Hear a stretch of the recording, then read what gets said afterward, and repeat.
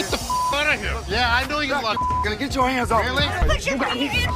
No, she ain't by herself, man. She ain't by herself, my man. No, I call me. I'm sure you're curious about what happened, so let's not waste any time and jump right into it. So this customer walks into the pawn shop looking visibly upset. As usual, Ashley greets him and asks how he's doing. Turns out he's not doing well at all. Here's the reason why. I'm not doing so good. No? My grandma just passed. I'm I sorry. was like, It's really sad to hear about it. Now, he brings along a ring that belonged to his grandmother. He wants to pawn this ring because he plans to retrieve it once he earns enough money. How sweet, right?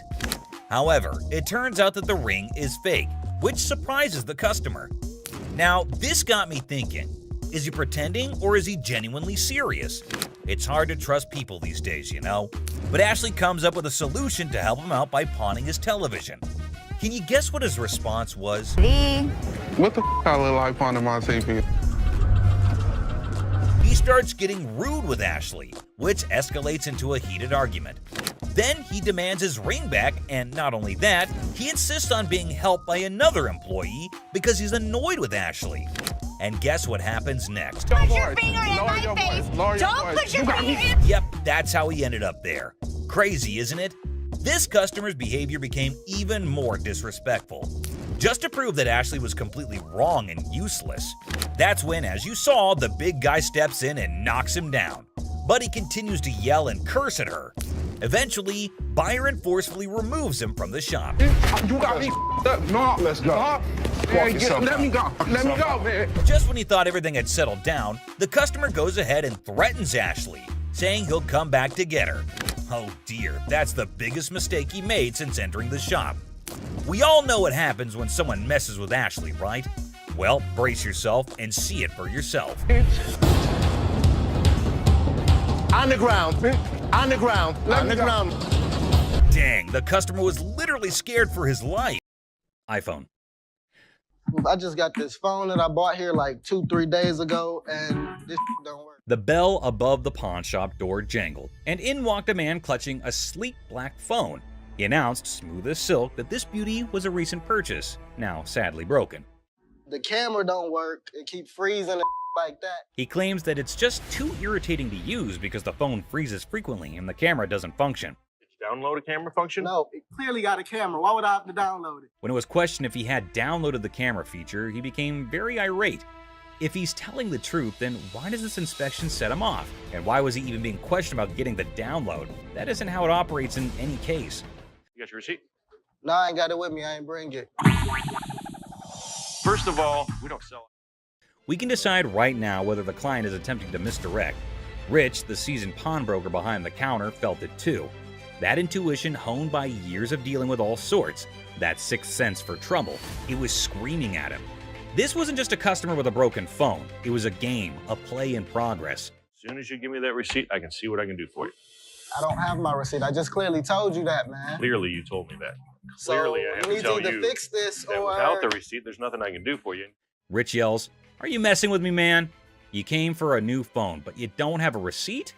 However, the man persists in insisting that all he's asking for is another phone.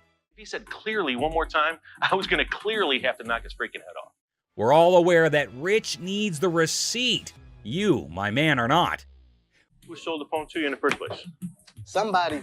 He here. When questioned who exactly had sold him the phone in any case, he quickly pointed at any random employee. But we haven't had one of those up for sale since I've been here in 6 months. We I have no mean, I floors. just seen you in 2 weeks. Furthermore, it appears that the youngster he pointed at didn't know why he was being called for. Thank you very much. I That's appreciate you Sprint coming on over here. You service can go back to before- selling that computer.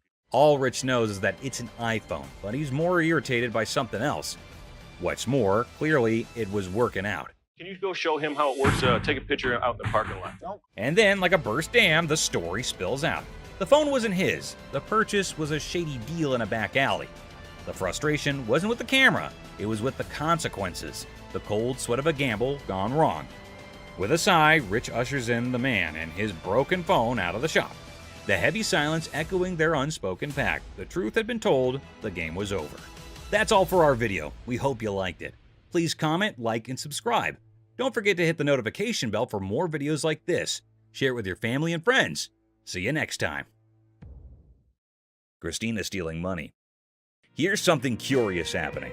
Les seemed to be very angry over that man. Don't know what that man was doing there and what he had done, which made Les angry. Let's see what will happen. Ant stole the leftover money. Everyone there is so angry. What is going to happen now? Les is curious as he is sure that Christina cannot do this kind of stuff alone. There must be some other people supporting her in his play. Les is taking it to extremes and asking again and again if there's another one with her. Have you been working with any other employee? No. All alone without any knowledge of anybody else stealing from us, correct? Oh God, he asked her to send her to jail if she did not speak the truth. Oh my God, things are getting worse. She's not telling anything. Mother-daughter fighting. So there's a woman coming with her daughter. She showed some pieces of bottle in her collection of stamps. According to her, it is worthy, but actually it is not.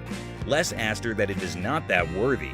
Oops, the mother got angry at Les, because for her, they are worth everything. What will happen now? So what you got? I got some really expensive stuff. Show me.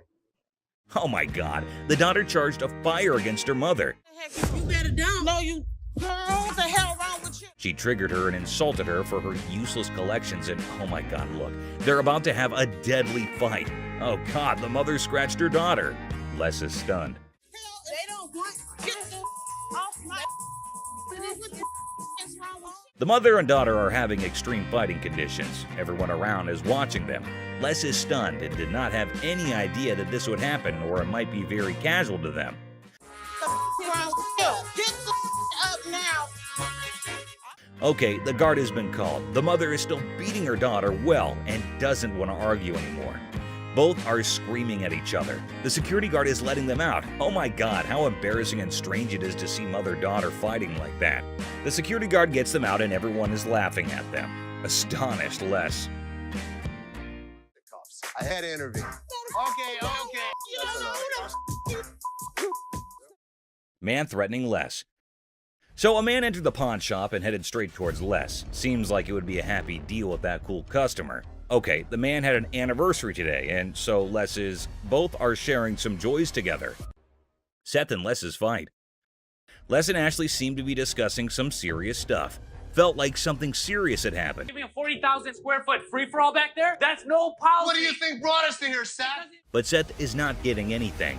They are having a fight. Almost the shop better than him. Les is stunned. Everyone around is listening and is terrified of what will happen now. It's outdated. I can run this place better. I know exactly what needs to be done. I want the opportunity to run this place. Les is going to take everything very seriously. God knows where that anger will lead both of them to. Les is tailoring Seth that he cannot do anything, and without Les, the pawn shop would close. No one can run the shop better than Les. But things are not getting cool. Seth yelled after Les and got out of the cabin. Ashley, listening to all this, is making fun. God, it is not that serious. Well, Les in his anger was constantly getting furious over that debate. Man got beaten by Les. Well, people, there came a black young boy towards Ashley's counter. Ashley asked him, "Greetings. So, is he here to sell something?" So you want to just pawn it, right? Because you want to be able to get it back? Yeah. How much are you looking for? It's just enough to pay rent. Hope so. It will be a good deal for that man, until or unless something happens. He is here to sell the ring of his grandmother who just passed away. Well, a really sad news, but it won't affect the deal because business is always a business. He wants to sell this ring to have some money in order to make some funeral arrangements. Well, whatever the cause is, Ashley checked it out, and to surprise, it wasn't real. Do you have anything else? Because this unfortunately is not real. It is a fake gold, so it can't make money. This statement made the man angry. He started shouting how strange and creepy it is. He should not react this way. If the ring is not real gold, it is not someone's issue. He should take it out with himself. He started yelling at Ashley, and Ashley is just controlling herself.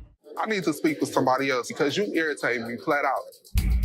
She does not want to create some mess, but he's not stopping. I think he wants to insult himself. It will make things go mad. He is extremely screaming and trying to hit her out. That crazy man is calling death. The guard came who held him up and set him onto the floor. He's trying to beat Ashley and getting over her. Don't tell me what to do. Don't put your finger in my face. Well, the guard is keeping him away. Les is here. Matter is gonna be very serious. That man is not understanding the matter, still trying to fight. Guard taking him out of the shop. Les is joined and is getting angry over that man. Les and the guard beat him and get him out. Oh my God, what a fight. That crazy man. Refrigerator. Well, guess what we stumbled upon? A person. Yeah, a real-life human being lurking inside a refrigerator. Now that's one way to stay cool in a store. What the are you doing? I was checking out this refrigerator. I've heard of this situation happening before. People hiding in trunks, in suitcases, in cabinets. They wait until the store closes and then they rob the place. Our fella takes refrigerator admiration to the next level by boldly sitting inside. Talk about being a big Ice Age fan, huh? Just cut to the chase, man. You gonna buy it?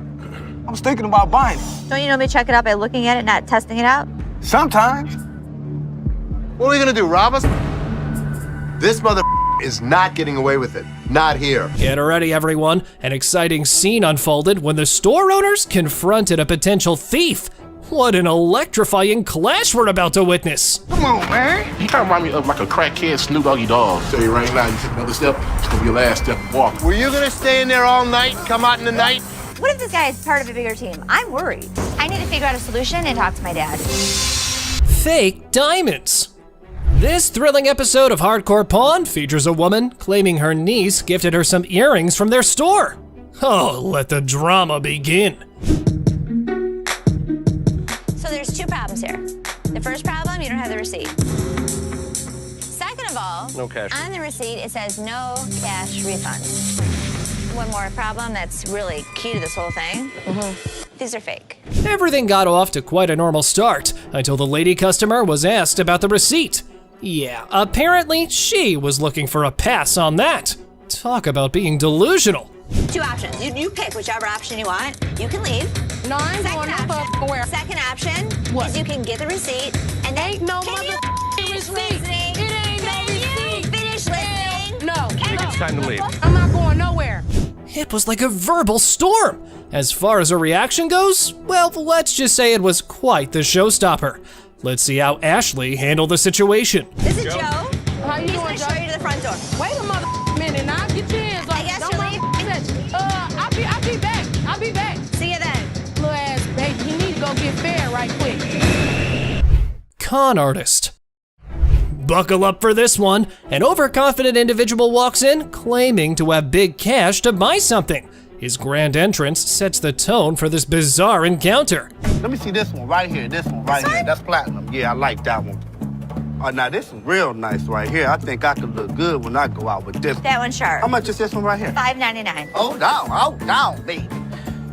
Hold on, folks, because this is one roller coaster of a ride.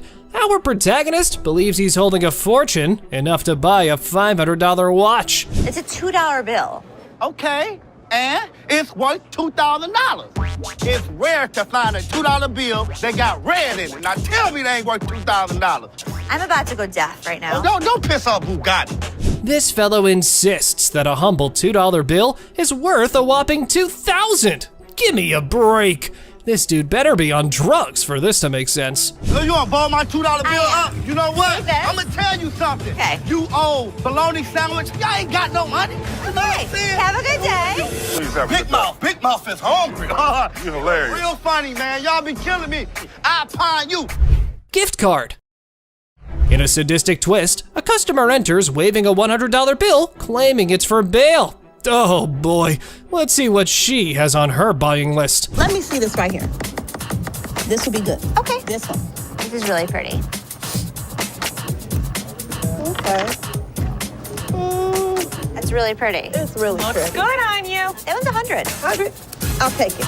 Okay. So this woman falls in love with an item, but you would not believe how she decides to pay off. What a classic move of pawn shop antics. It's a $100 gift card.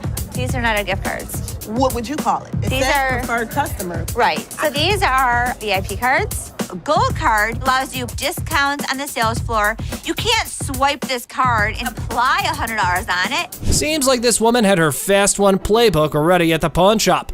But hey, who can predict the wild escalations life throws our way, right? Somebody want to buy a preferred gift card? There's not $100 on it. There's not. I'm going to get my money. Hey, Byron, show her where the money's at. My money. He's gonna show you where the money's at. Okay, we'll walk out. I need my money. invisible phone. In a daring attempt to find the perfect gift for her son, a woman decides to venture into the pawn shop, but little did she know what awaited her there. I was kind of looking at some of these watches. Okay. Where the hell is my phone? Something wrong? Yeah, my phone. I just let did you take my phone? Take your phone. There was never a phone on the showcase. Well, folks, it appears our big mama's stealth skills might need a tune-up. However, did you see her put a phone there? Not me. I ain't crazy. Damn it, I just laid my phone there. Don't touch me, yo. You better get off because I ain't. You Calm down. There was no phone on the phone. Can someone just ask this woman to keep it down a bit? It looked like she was indeed trying to pull a scam. However, this is how she decides to take cover. When you start attacking another customer in the store, you have got to get out. Yo, better get this lady because I ain't got Yo, nothing. please, Yo, listen. nobody don't got time for this. Yo, get this old ass lady. You better get my mother. Looking for a boyfriend. A girl visits the pawn shop on the hunt for her beloved boyfriend. Can you guess where she might find him? Oh, you got it. It's none other than the store itself. Talk about a stroke of genius. I'm sorry, but who are you? Just get him for me. And so what's this regarding? He's my boyfriend and he's not paying child support. You're his That's who I am. girlfriend? Yes, I need him. So don't you have a cell phone number? Could you just get Chad, please?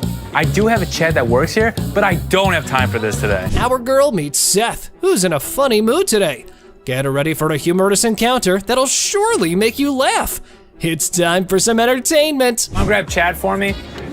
His lovely girlfriend's here. Like, I got all day to just be wasting my time. This young lady would like to see you. That's not him. Y'all playing games with me now?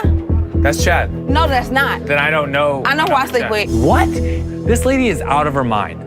Well, apparently, lady, they've got the wrong Chad, so you better take your business elsewhere. Or you've just started looking like a scammer. It's going nowhere fast. Oh, you're talking about Chad, the tall guy with the waves. Yeah, Chad. He just went outside. He's right out there. Y'all want to sit here and play with me? If this was Chad's girlfriend, I have one piece of advice, Chad. Run away. Where the he at? Watch that. She can gather her dignity and retrieve that slip to claim her hard-earned cash from the pawn shop. It was time for a little redemption. Let's do the $1,000 loan, and then I'll be back with the paperwork. Honest to God, you are so wrong. Not a nice person. So this dude walks into the shop all chill, just looking for some help with the table. But out of nowhere, he switches to R-rated mode, throwing around some colorful language. Let me lay on this mother. This is a sex table? Damn, I'll get some on this mother boy. Come on, Ashley, man. Les isn't having any of it. Bitch, that's who I've been screaming for. Come here. Get your ass over and shut up. He's like, Ashley, we need backup. Shut this down. Now it's getting wild. Dude is on a bed. There's commotion. It's like a party, but not the good kind. Get kicked in the face? Look, let me ask you something. No, you be quiet. Look, come this way, baby. If you let me, I'll be slapping that ass. Les steps in and drops the truth bomb. We're not turning this place into a free-for-all. But hold on, he's not just playing referee. There's the threat of a face kick. Yikes. Really? We don't think so? You don't disrespect my daughter-in-law?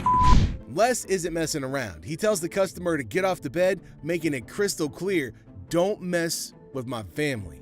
It's family. I'll tear that up, boy. I'll tear that up. Tear that out of here.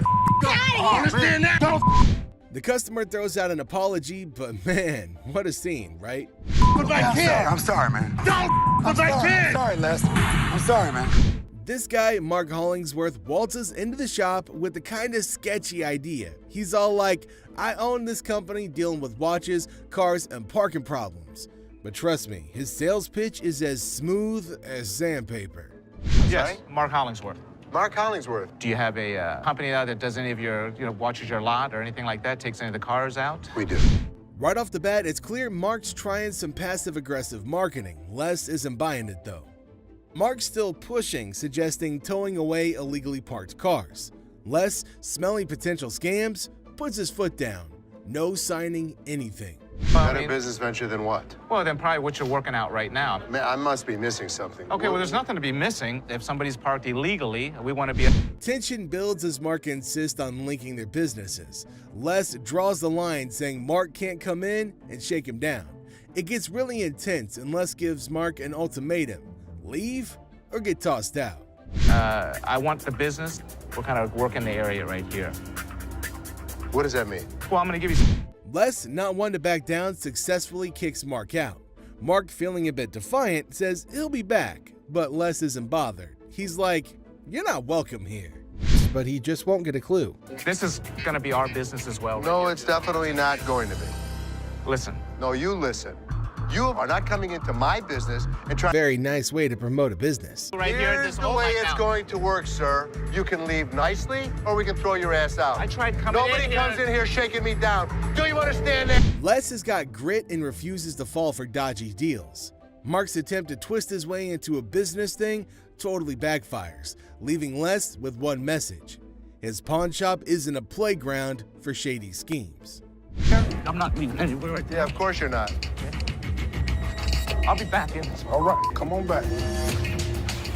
And him, and... Well, at least they managed to buckle up for this one. A dude storms in on a mission to find the perfect anniversary gift, a watch for his wife.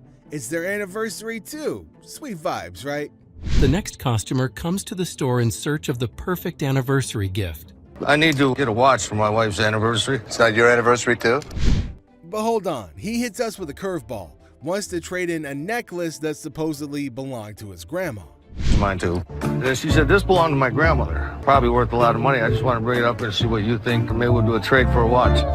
Plot twist. Les finds out it's a fake. Oof. But this dude still got game, pushing for that watch trade. When he discovers that the necklace he brought is fake. Well, do you really want me to tell you what I think? They're not real. But it was fake when it was made, and it's still fake. What are you going to give me for this? I want to trade for a watch. It's fake. I'm not interested. Les ain't fooled though. He's like, nah, that necklace is worth zilch. The persistent husband insists on making a deal. Let me see what you got in watches. And so what are you saying? This is worth absolutely nothing. Absolutely. That's the situation. And then it gets spicy. The persistent husband starts trash talking Les's family. Big mistake. I am? Okay, I've seen your wife. Lucky you. Yeah, lucky me. Oh man, big mistake. Les draws the line telling him there are two things you don't talk about. Wives and family.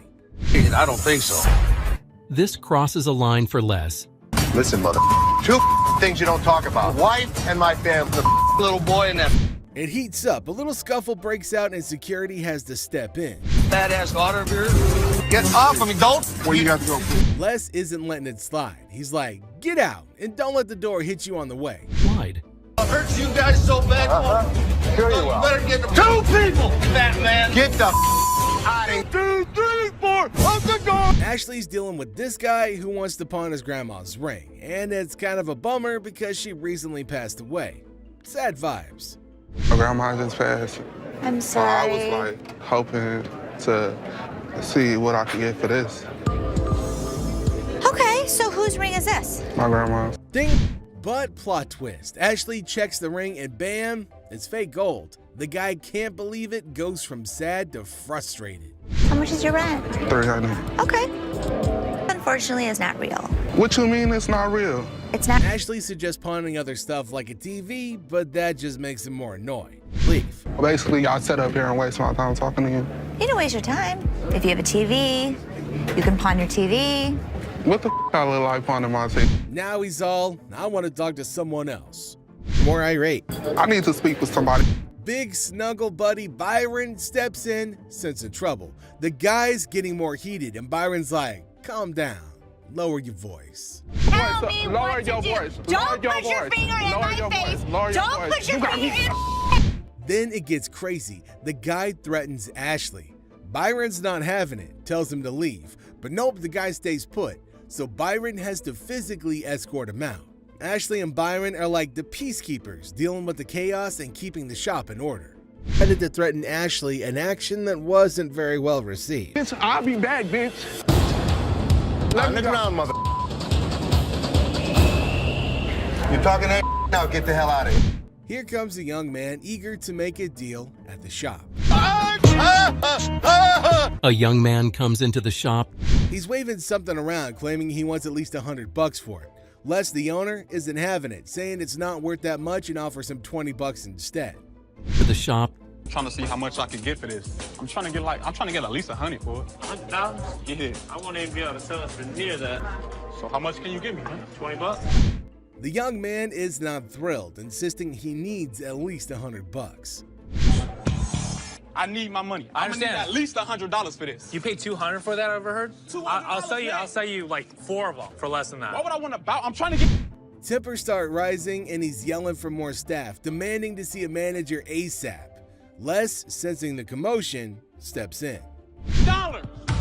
Why is there more staff out here? Get some help. I've been waiting for an hour. I need to see a manager right now. The situation escalates quickly as the young man disrespects Les, calling him old man. On.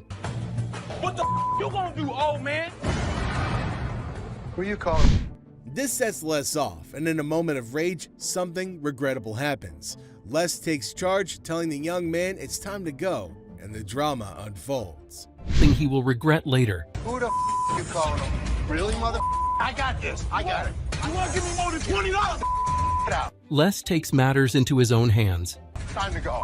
Some facts were served right there. Like clearly, who else if not Rick would know more than for how much something like that goes in his shop. And you know, Pawn Stars is all about who bargains best to make the most profit. So let's see who gets to cut the cake tonight. And just when he thought things couldn't get crazier, Rick dropped the price and set his bet to $1,500. And all that effort went to waste right in front of your eyes. Yeah, I'm just not gonna be able to do that. I think maybe I'll see if I can maybe get some more provenance. That was pretty obvious. No one would want to sell an antique for this measly amount of money. Definitely not a very profitable deal. And with that deal went flying Rick out of Rick's hands. But in this next episode, this person walks in with a really interesting gun. But how interesting? You're about to find out. Yeah, it's like something James Bond would wear. Yeah, right. You just saw that, huh? But that's not out of a James Bond movie. That thing is as real as it gets. What can I help you with? I'm here to sell my ring pistol today. Well, you know how a gun never stays in the shop for long, be it whatever shape or size. But this thing is something I've never seen or even heard of before. Have you ever seen a pistol ring? Boy, you're looking at it right now. This is something definitely worthy of adding to the antique collection list. Come on, you have to agree with me. Everything about this pistol ring is antique, from loading it to the trigger to its hammer. This thing is a killer. Literally. You know what? If I ever went undercover on a mission, I would definitely carry this cute little devil. James Bond, we just found your vibe. And I know Rick would agree with me too. Yeah, that man seems very particular about the price he's going to ask for that dangerous ring. I'm looking to get $9,000. I'll use it to buy some of the things I collect more often. I personally would wear that ring everywhere. It's an all-in-one combo, kind of a hidden treasure who can double up like your personal bodyguard. It's unreal how cool this thing is. But hey, did Rick just contradict me? Wear them just for fashion.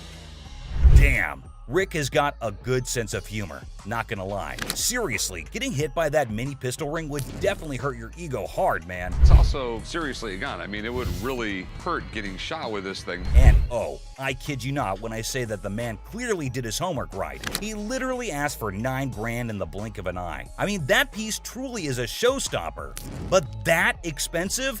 Damn. A $9 grand. They're pretty rare.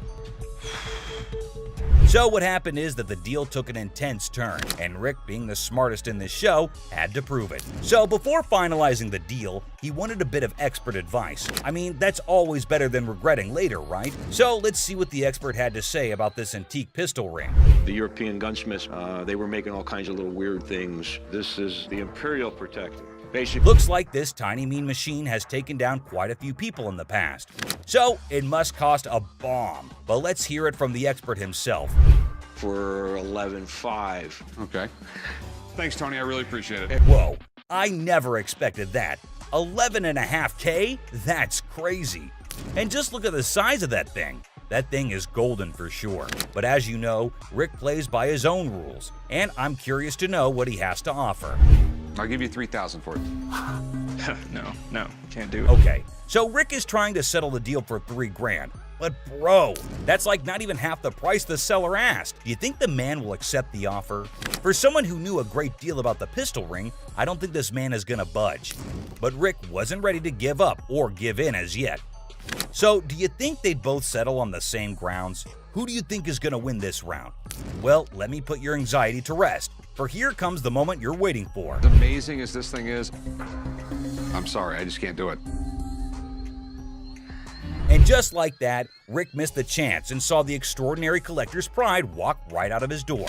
But what happened in this next episode is even crazier. Working with an instrument maker and got really, really interested with the harmonica. You know how music instruments can be great collectibles. In which case, what do you think about an ancient instrument that has an emotional connection to it? Does it help double up the price? Well, I don't know about you, but I have never seen a shining gold M. Hohner harmonica. We've all played a harmonica once in our life. Right, we have. And we thought we were good at it. So for those of you who don't know who Matthias Hohner is, here's a quick history lesson for you. Hohner was a trained watchmaker born in Germany. And his company, Math Hohner AG, is the oldest and largest producer of harmonicas in the world. If you want to know more about this masterpiece, here's Rick for you.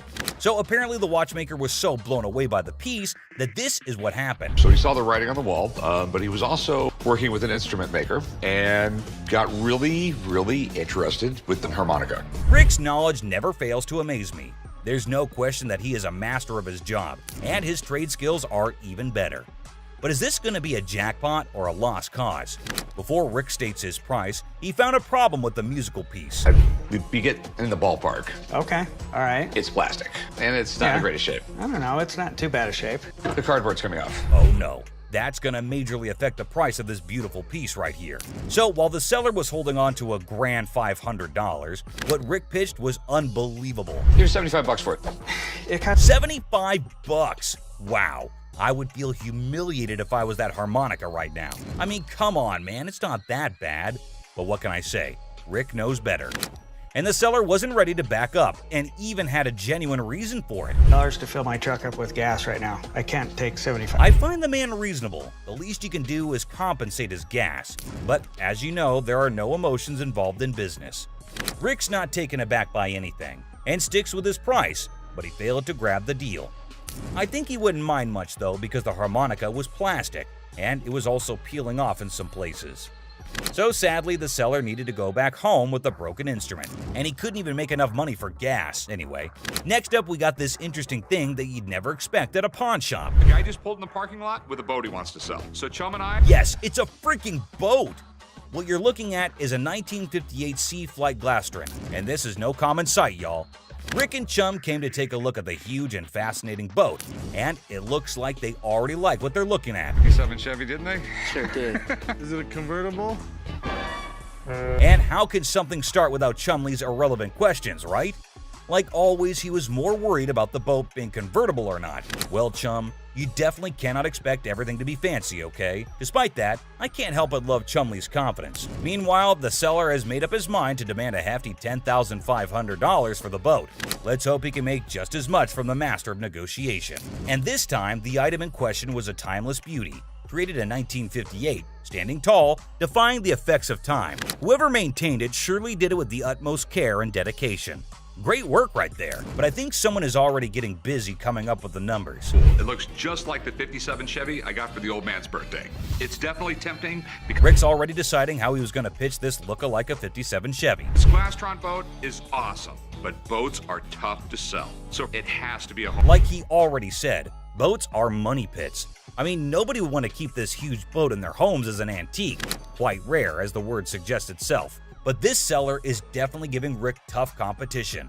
With all that USP knowledge he was throwing about, he came in here ready to face the pawnbroking world. Do you know why? Because it was a little 17-foot boat. No, because it was fiberglass. No more wood boats. Wood boats were moving out. But what happened next was totally unexpected. 10-5. In an unexpected turn, the owner of the boat bravely revealed a startling price tag, $10,500. Wow, that's crazy. What do you think Rick is gonna do? Will he buy it or break it? I don't even want to make you an offer. There's too much work that's got to be done for me to make anything. Did you see that? Rick didn't even make an attempt to convince the donor to accept a lesser price. But that's exactly what the show is all about, expecting the unexpected. But you cannot miss this museum piece that just made its entry into the shop today. A man brought in an ancient coin, a portrait of Julius Caesar from the month before he was assassinated. Well, I have a coin here. It's a portrait coin of Julius Caesar from the month before he got assassinated. But before that, quick history lesson. Did you know Caesar was the first living person to be depicted on Roman currency? Back then, this honor was only reserved for the gods, so you can imagine Caesar's position in the society. So you know that having him on a coin is quite exclusive, and any historical coin collector would be yearning to get their hands on this coin. Would do what was necessary to preserve the Republic. Okay, and no matter what he did in office, Rick was taken in by the intriguing offer, and his sincerity came through, creating a favorable environment for a possible deal. Rick, though, sticks to his strategy since he was logical. As you know, the man is a smart specialist who always seeks professional advice before taking major action. But let's see what the price on offer is. how much were you looking to get out of it? I want 4,400, please. Okay. I like this man's confidence and how he's so adamant about the asking price, exactly the way it should be. The style is correct. Everything is right. Okay. It's perfectly genuine. The expert's analysis is giving us a ray of hope with each passing second. So let's see what the experts have to say. $1,500. Retail? Retail. Wait, what was that? $1,500? Are you kidding me? I thought that coin was a big deal. But what just happened? It's ridiculous. I mean, sometimes you can never explain how things turn out to be in the pawn world. Just like this episode where a man walked in claiming to have a 1951 Yankees team signed ball. 1951 Yankees team signed baseball. For those who may not know, the New York Yankees of the 1940s and 1950s were the most dominant team in baseball history.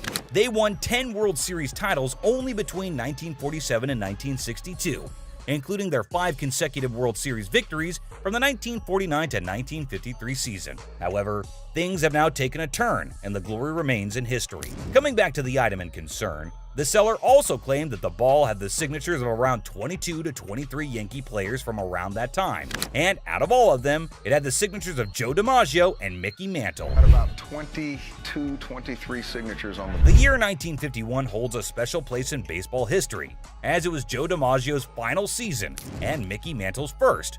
Also, Yankees won their 14th World Series that year. Buckle up, because this episode is sure to amaze you. My grandfather went to a game in 1951 with my mother and received The seller said that it was his grandfather who managed to get this iconic baseball. According to him, his grandfather went to a game in 1951 with his mother and received the autographs from a friend of his that was involved with the team. Well, sounds fair enough to me. Baseball doesn't really mean a lot to me. It's got some family heritage, but it's a baseball. I wonder why so many people want to sell something that has an emotional connection with them. But the seller's reason behind selling such an iconic ball seems pretty fair to me. This would be perfect for the company softball game. Chomway, I'm fixing to hit you. Charlie was trying to play the fool, but Benjamin remained unaffected, steadfastly focused on the business at hand. Benjamin saw nothing but the business and got right back into it. I don't trust this guy.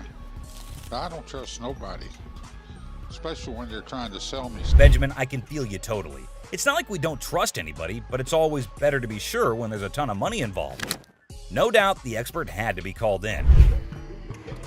I do believe that this is a genuine 1951 Yankees baseball. Whoa, it looks like there's some good news for the man, and we might see some bills going out of the shop.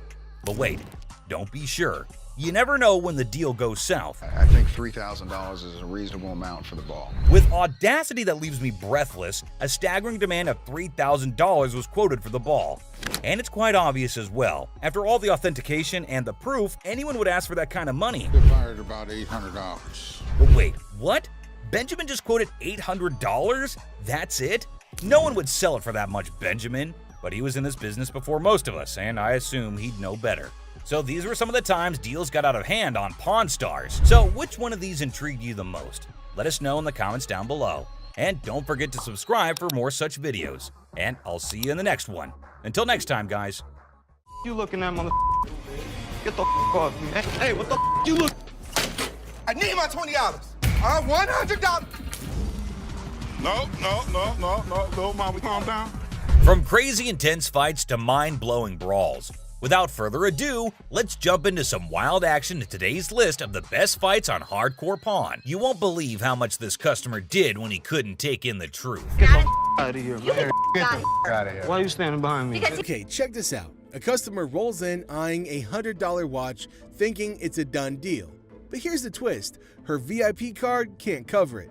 Just the basics, you know? She suggests her VIP card is like a gift card, and Byron's trying to clear things up, but she's not having it. All the drama starts. Drawing though. Hi, excuse me. Yeah. Hi, I'm looking for a watch, maybe about $100. $100 isn't a bad deal for a pretty watch. The customer expresses interest in a watch priced at $100, seemingly content with a deal which includes a $6 tax. It's really Looks good on you. It was 100. 100. I'll take it. Okay. Now we add tax on that. Be 106. All right. Now outside, Byron's still explaining like, no loss, just a card thing. But the lady's not getting it. She goes on a name-calling spree unless the employee is left scratching his head at the unexpected drama. Store. She should go there. Maybe they sell watches too. $100 gift card? $100 gift card. These are not our gift cards. The situation goes wild. Insults flying, unfounded accusations, and Les is caught off guard. It's like a crazy ride dealing with customers who expect the moon and the stars. The lesson here? Some folks take things way too personally when things don't go their way. Drama everywhere. Byron can explain the situation to her outside the store. So you telling me I'm losing $100? What is she gonna What say? is y'all don't understand up in here, okay? What is she gonna about swipe? to Hold lose, on, all let's- right? The scene underscores the broader issue of customer entitlement and the propensity for some individuals to resort to aggression when their expectations aren't met. Ugliest two sisters I've ever seen in my life. Are you my sister? Sister? What up? Somebody want to buy a preferred gift? Seth's in the shop, right? Then this guy walks in all hyped up about wanting a PlayStation 3 for $70. But hold up, he's seen it cheaper elsewhere, so why is it even here? How much are your PlayStation 3s? How much you want to spend?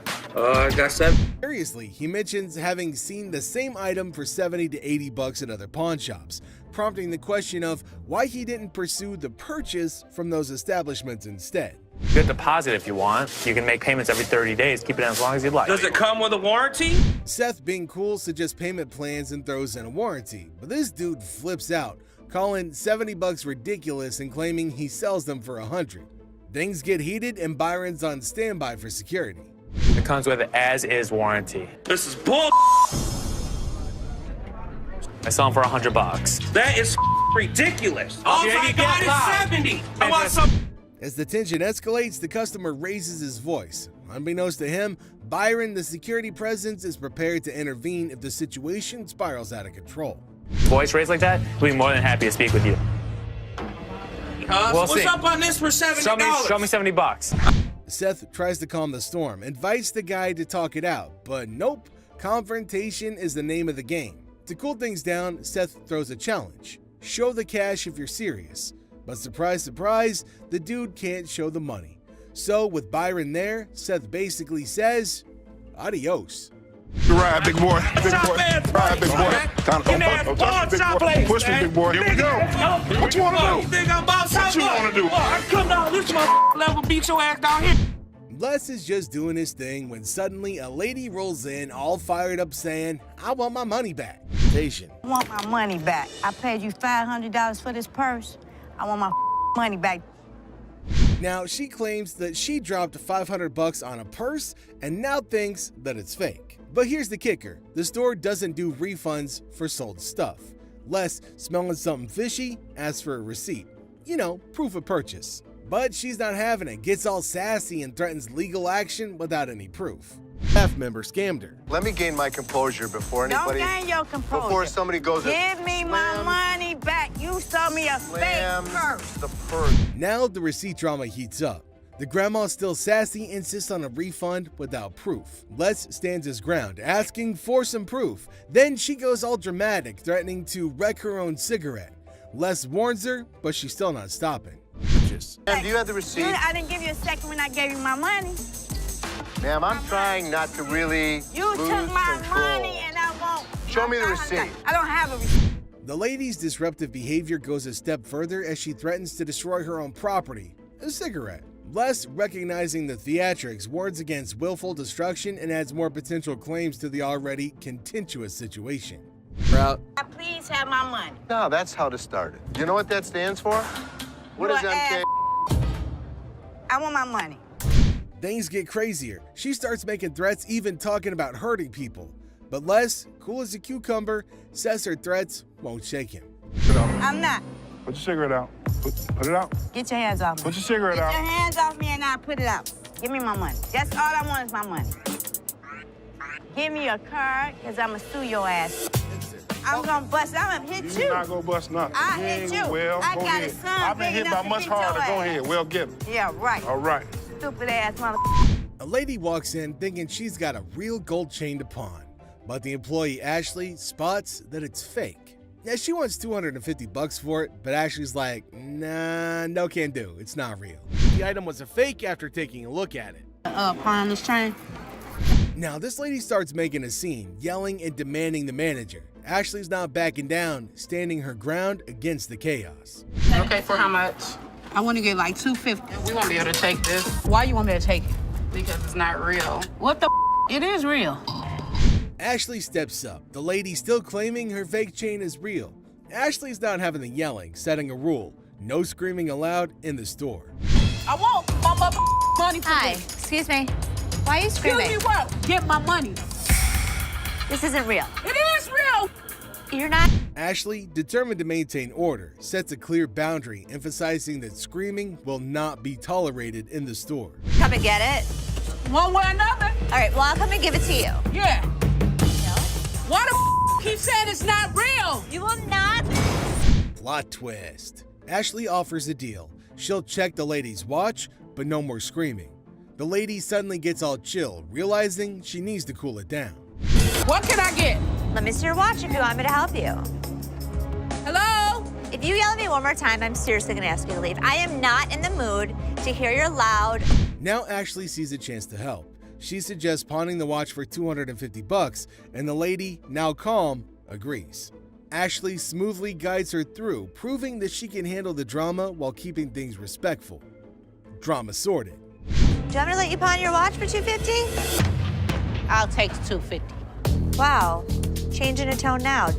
Yeah. Want to follow me this way? Thanks for help. There's this guy who claims to be the last good man, but Seth's not buying it. This guy knows what he wants. Cameras in this case. And Seth is all set to help him. Looking for cameras. What kind of good cameras you got? Whatever you need. Yeah, so some point and shoots okay, right over here. Let me look at this black one right here. But hold up, trouble's brewing. The guy admits that he's got a short-term memory. Seth, being savvy, suggests paying up front. But Mr. Forgetful wants to shop around first, planning to keep the camera in his pocket. Seth's not vibing with that logic.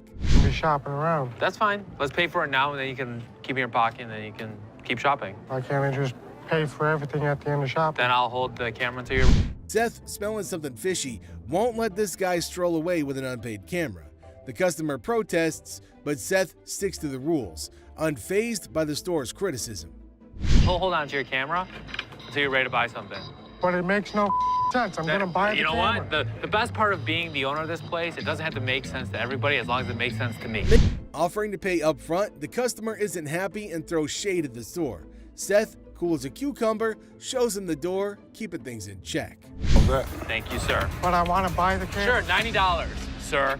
Your store's a bunch of You can leave, sir. No, you won't let me buy it? Have a nice day, sir. I'm still shopping.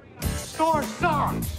A lady storms into the pawn shop, dead set on getting back her shiny new Dell laptop still in the box. It's a brand new Dell in the box, never been opened. Never been open. Let me see. The shop says it was pawned, but she insists it wasn't. The employee checks the system, and yep, there's a code saying that it was pawned. Now, she's not buying it and accuses the shop of shady business. B-O-W-I-E. She got something in pawn? Yeah, she does have. Refusing to accept this information, the customer accuses the shop of hiding her belongings without reason. However, the employee explains that there's a valid code for the item. Trying to keep it professional, the employee explains there's a legit code, suggests going to the windows for help, but she's not having it. Instead, she's getting more worked up, doubting the shop's honesty and integrity.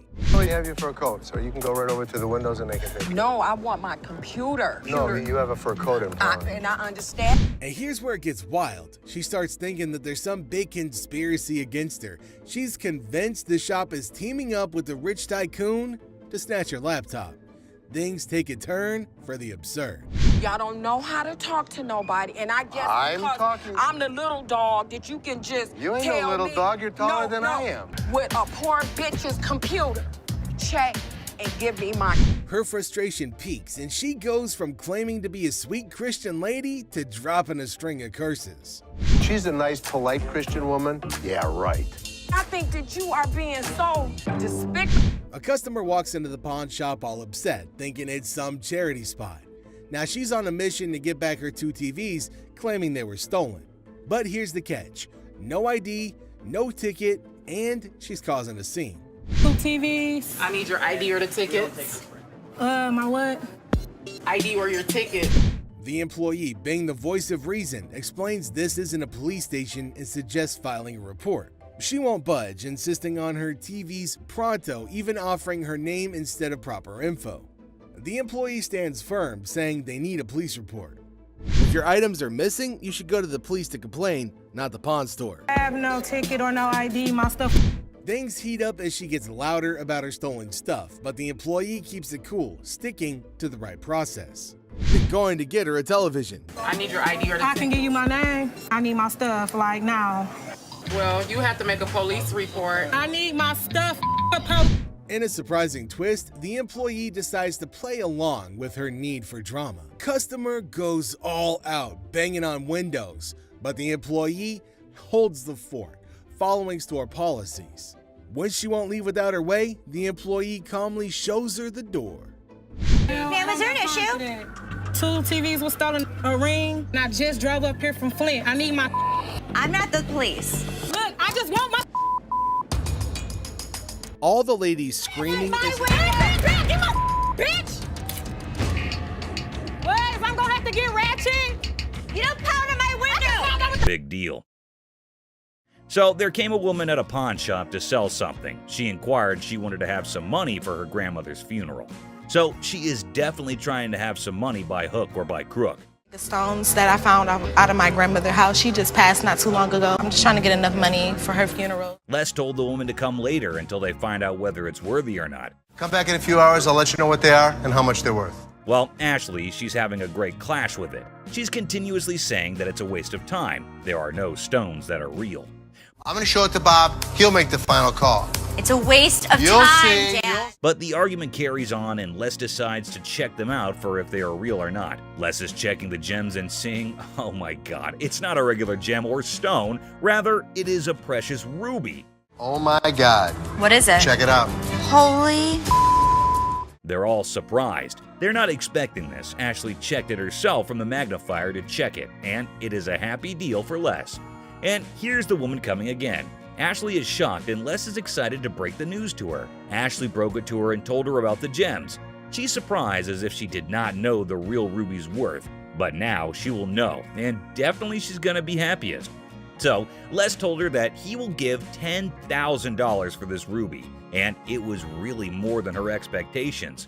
This is a Burmese ruby. So we'll be able to give you $10,000. Oh my god, are you serious? She was the happiest, and this deal made Les Day the perfect of all.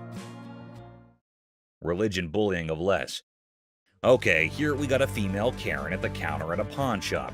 She's looking quite serious and angry. She inquired the manager at the counter to do her work ASAP, and in no time she got angry. How pathetic is that? Like, how can someone be so impatient? God knows what has gotten into this woman. She's asking for her gloves, which were sold before, and now she's claiming that she has not sold them. How creepy is it? You sold the clubs to us. You didn't pawn them. I did not sell my club. She continued to argue until Les Gold came, and now who knows what is going to be the next move of Les as he is angry. And now Les is dealing with her, and she is constantly fighting for her gloves, which are not really hers now. Let me make this perfectly honest. Let me make it perfectly clear. This is very sad commentary. And see, holy she attacked Les's religion.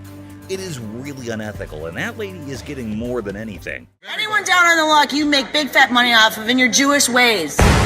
The Les got angry a lot and are just screaming at her and asking her to get out. She should get out, actually. Out of here! Don't talk about my religion, you. Les lost his control, but the woman is still bullying him of his religion. No, man, she's putting herself in a dig. She should behave. Okay, Les gets out of the cell and is about to kill that lady. The lady sitting in her car was still yelling and making him furious about his religion. Watch Les the pawn shop detective figure out a mystery with messy DJs and laptops held captive. See the suspenseful investigation unfold right here. Laugh and cringe as a shouting woman causes trouble in the pawn shop, making Seth and Les really mad. Then a guard shows up and there's a surprising twist outside. Okay, I went to get my purse back to make my payment. She's telling me this is expired. That's my purse right there. That one right there, the black one. A meticulous lady strides in armed with confidence and a fake receipt, proclaiming ownership of a purse. Little does she know that Ashley is the store's memory bank, fully aware of every item in its rightful place. The girl in her eagerness attempts to vault over the counter, unaware that Ashley, the guardian of scams, is on duty. It's my purse right there.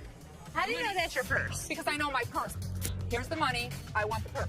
That bag was never in pawn. If you want to buy it, I just want to look at it and make sure it's not mine. Undeterred by gravity and common sense, the girl persists in her charade. However, Ashley stands firm, recognizing the futility of the scam and the level of wrongness involved. It's like trying to sneak a peek at the answer key when the teacher is watching. Yeah, that's not happening.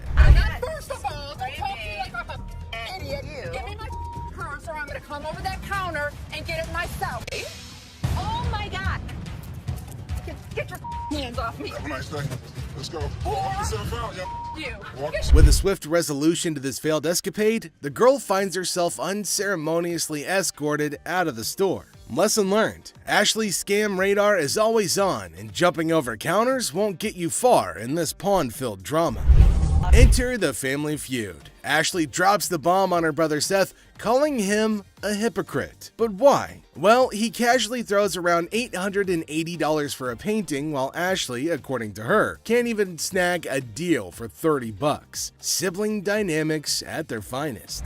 The plot thickens as Ashley confronts Seth about the apparent double standards. She probes into the intricacies of spending $880. Questioning how bad it could be. Seth, in classic sibling fashion, argues that his purchases are all about resale value, a concept he conveniently forgets when it comes to Ashley's shopping habits. According to him, he's the revenue guru. Things heat up as Ashley demands an apology. Seth, well, There's two guys out here that are saying they were scammed out of their laptops, and that whoever did it is working with one of our guys. You want to come out and talk to him? All right. Thank you.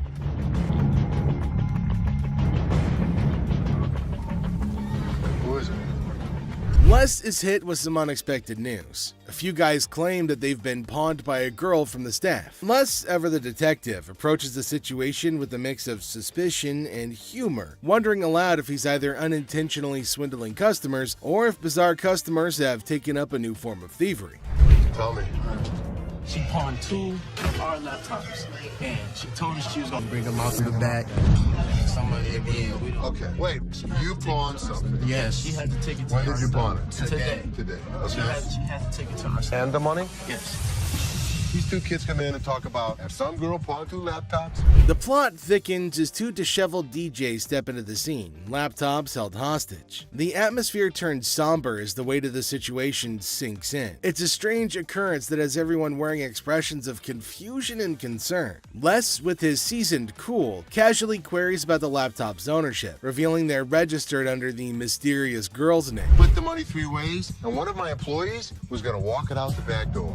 Either this is a new way for my employees to steal from me. To contact the owner because we want to. I am the owner. I'm just trying to switch the ticket so she can't have them. And it's in her name. know. That's why I wanted to know if I can't do it. The tension rises, but Les doesn't crack under pressure. Maturely handling the situation, he asserts that he needs the lowdown to work his magic and get those laptops back where they belong. It's a pawn shop mystery, and Les is the detective determined to unravel the peculiar case of laptops and loyalties. Because your sign is saying that I can get 30 days of free cash. If you're a new customer with us, first 30 days, you can get interest-free loan. You only pay $1 per store. But it's saying if I brought a friend with me that I can get 30 days of free cash. It's for an interest-free loan.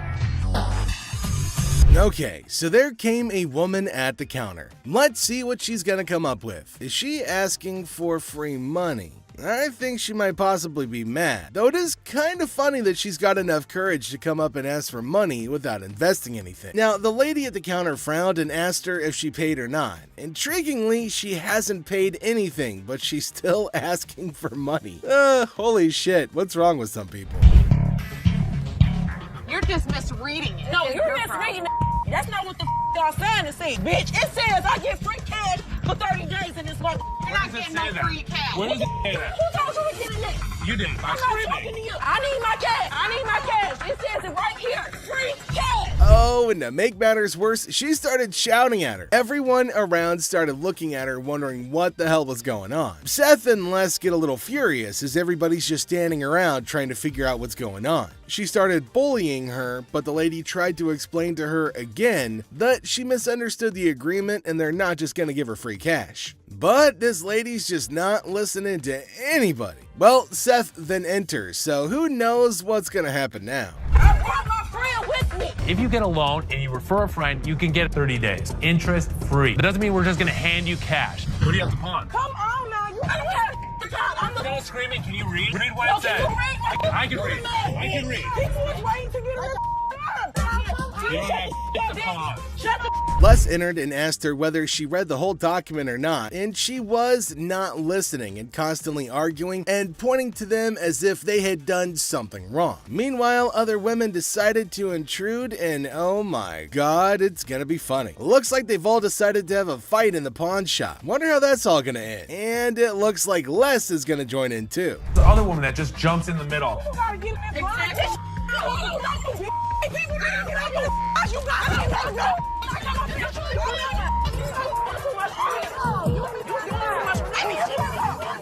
Leave me on the lawn, bitch. Leave me on the lawn, bitch. I'm from the way, bitch. All you need to do is read.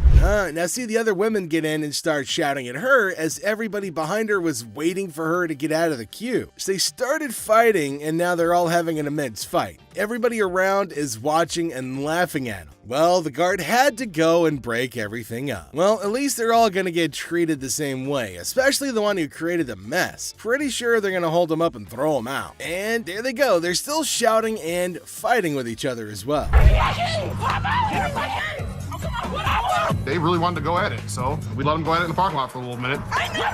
All I saw was ass cracks and elbows. They were sent outside and they started beating on each other, holding each other by their hair. Man, they beat the crap out of each other and people around them were just watching and waiting and having a curious but funny conversation about their nonsense. Talk about a hella cringe episode. It's Robert. Robert, nice to meet you. Nice to meet you, Dennis. Yeah, I got an item here. Might be interested in. Okay, so there's a guy coming into the pawn shop with something in his hand, maybe a poster. But what's it for? He came to Seth and the other man and showed them this poster. Now it feels like they're interested in it and there might be a handsome deal between them. Detroit Lions players had signed. Did you drag it in? So during the flood, I seen it down there, and that's when I pulled it out. She went down there and she supported these people, and while she was walking the picket line, she would gather signatures. You got Williams over here. That's what, Steve Farkas? This is the first time a guy actually brought in and I just got on the picket line because I'm on strike right now myself. We've been on strike for almost 3 months now. $1,000. He started describing the poster that's mainly about the protest of people in history, and it's got lots of signs of well-known people and has got a lot of worth. He explained everything in one go and demanded a heavy amount for it as it was really valuable to him. Seth told him that it's got some stains on it, and it's no doubt the same poster of historical strike, which made it worthy, but for him it might make a lot of difference. Hate the condition of it. I understand, and I You gotta understand when it comes down to collectors, everything is about condition. Absolutely. And I'm sure if your dad saw this, jump on the heartbeat.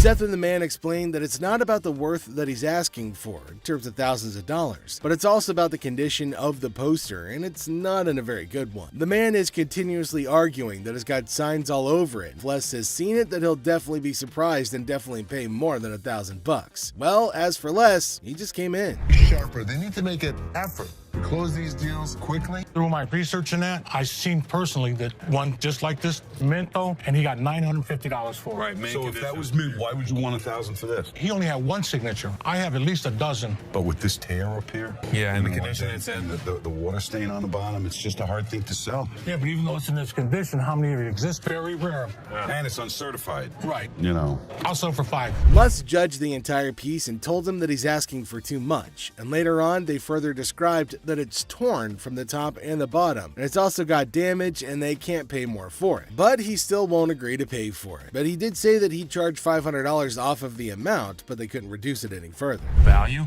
Let's make a deal. $75? No way. Who's gonna buy it from you? I'll just put it back in my basement, let it collect dust. Offering you just $100 cash money right now wouldn't make a difference, you're saying? 200. Nobody in life is ever gonna offer you more than us. According to Seth, it's a historical and cool piece and might be a profitable deal for them. So he asked the man if they'll pay $750 for it. But the man was stunned and said that they're paying too little. He said that you should pay more, but Les is arguing that no one can pay you more than this. You change your mind, we'll honor the 100. Which would you prefer, 520s or a $100 bill? 520 seems like more, wouldn't it? 520s. That's to me. 520s right now. 100 hours. Take it or leave it. 520s. Got a deal. $100. Thank you. Bye, man. Thank you.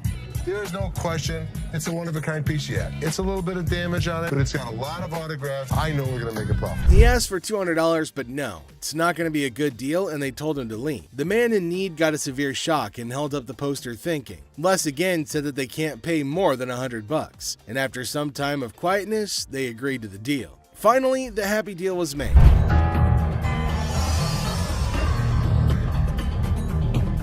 This is the guy? Right there. Here they come again. Les? Hi, how are you? I'm attorney Kyle DeQueef. So there's a man, probably an attorney with two ladies along, coming inside towards Les at a pawn shop. Now, Les knew about it before. He asked for Les, and fortunately, he was at the counter. He asked why they had arrived at the store. He retained me to represent her in regard to a ring. Okay. My client brought in a $10,000 ring here, and she wants to either collect the remaining money owed to her on the ring or get the ring back. She's got a receipt. Let me explain to you. This is a counterfeit ticket. He said that he came here for the ring, which they bought from these ladies for $10,000, but they didn't pay and gave them the receipt. Now, he put up the receipt and showed it to Les and accused them of cheating and stealing from the women and taking their expensive ring. But Les was cool and controlled his anger. Whoever produced this ticket didn't understand this is the amount of numbers that are here. Okay. Number two is state law mandates that we print the law in a 12-point font. Okay. This is much smaller. That is some bull. It may be bull, but that's the truth. I don't know how I got mixed up. There's the game-changing point. Les, after listening to him, explained that he will reveal the truth now by showing the real receipt that they had. He went and came back with real receipts that they've been giving to the customers. There, he spotted major differences. He notified him of the major changes in the receipt that he brought. The man looked rather weak and stunned in response. Printing wrong or whatever, but this is the ticket he got from here. He didn't get it from him. He didn't get it from him. So now we just liars and we just come I'm not saying that you are. So you trying to say my son a liar? I wish I had better news for you, but That's bull. That's bull. The numbers don't match up. The paper stock doesn't match up. This is a fake. Now you side with them. You're not representing us. If I don't get my ring or my money from them, how you gonna get paid? The attorney turned to the women, but oh my god, they're still accusing Les of having given them the wrong receipt and asking the attorney to take the money from Les. The man, being down on himself as you can see, argued with them. The man showed the evidence to the ladies and told them that they were having the wrong receipt, but they continued to argue. The ticket, how about that? No, I don't believe that the store gave you this ticket. Nah, well, I don't believe you a real attorney. We ain't got it right. All this somebody better give me my money. he's my attorney. You, him, security. Have a nice day. Nah, you got me, bitch. Sorry, young man. The lady started harassing both of them and started using personal attacks. They were all arguing amongst themselves. Pretty crazy. The attorney went back as he can't do anything for the ladies. If you know purses, then you know the. As our unsuspecting customer strolls into the kitchen at Chaos, little does she know what's cooking today. Ashley, patiently bracing herself for another round of absurdity, politely inquires about what the customer's looking to offload. The girl, blissfully unaware of the purse's actual value, confidently suggests a price that's almost a steal.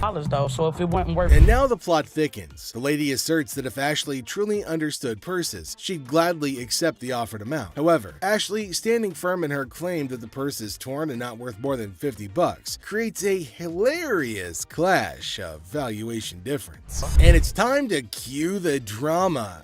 Ashley throws out the bold figure of $50, and it hits the customer like a curveball she wasn't ready for. Feeling the heat, our lady teeters on the edge of diplomacy and blurts out the unforgettable line. She labels Ashley a pepperoni ass and decides that she'd rather chat with anyone but her. Talk about spicing up negotiations.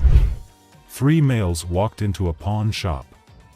One of the suspects stood at the door as a lookout while the other 2 suspects walked directly over to the display cases.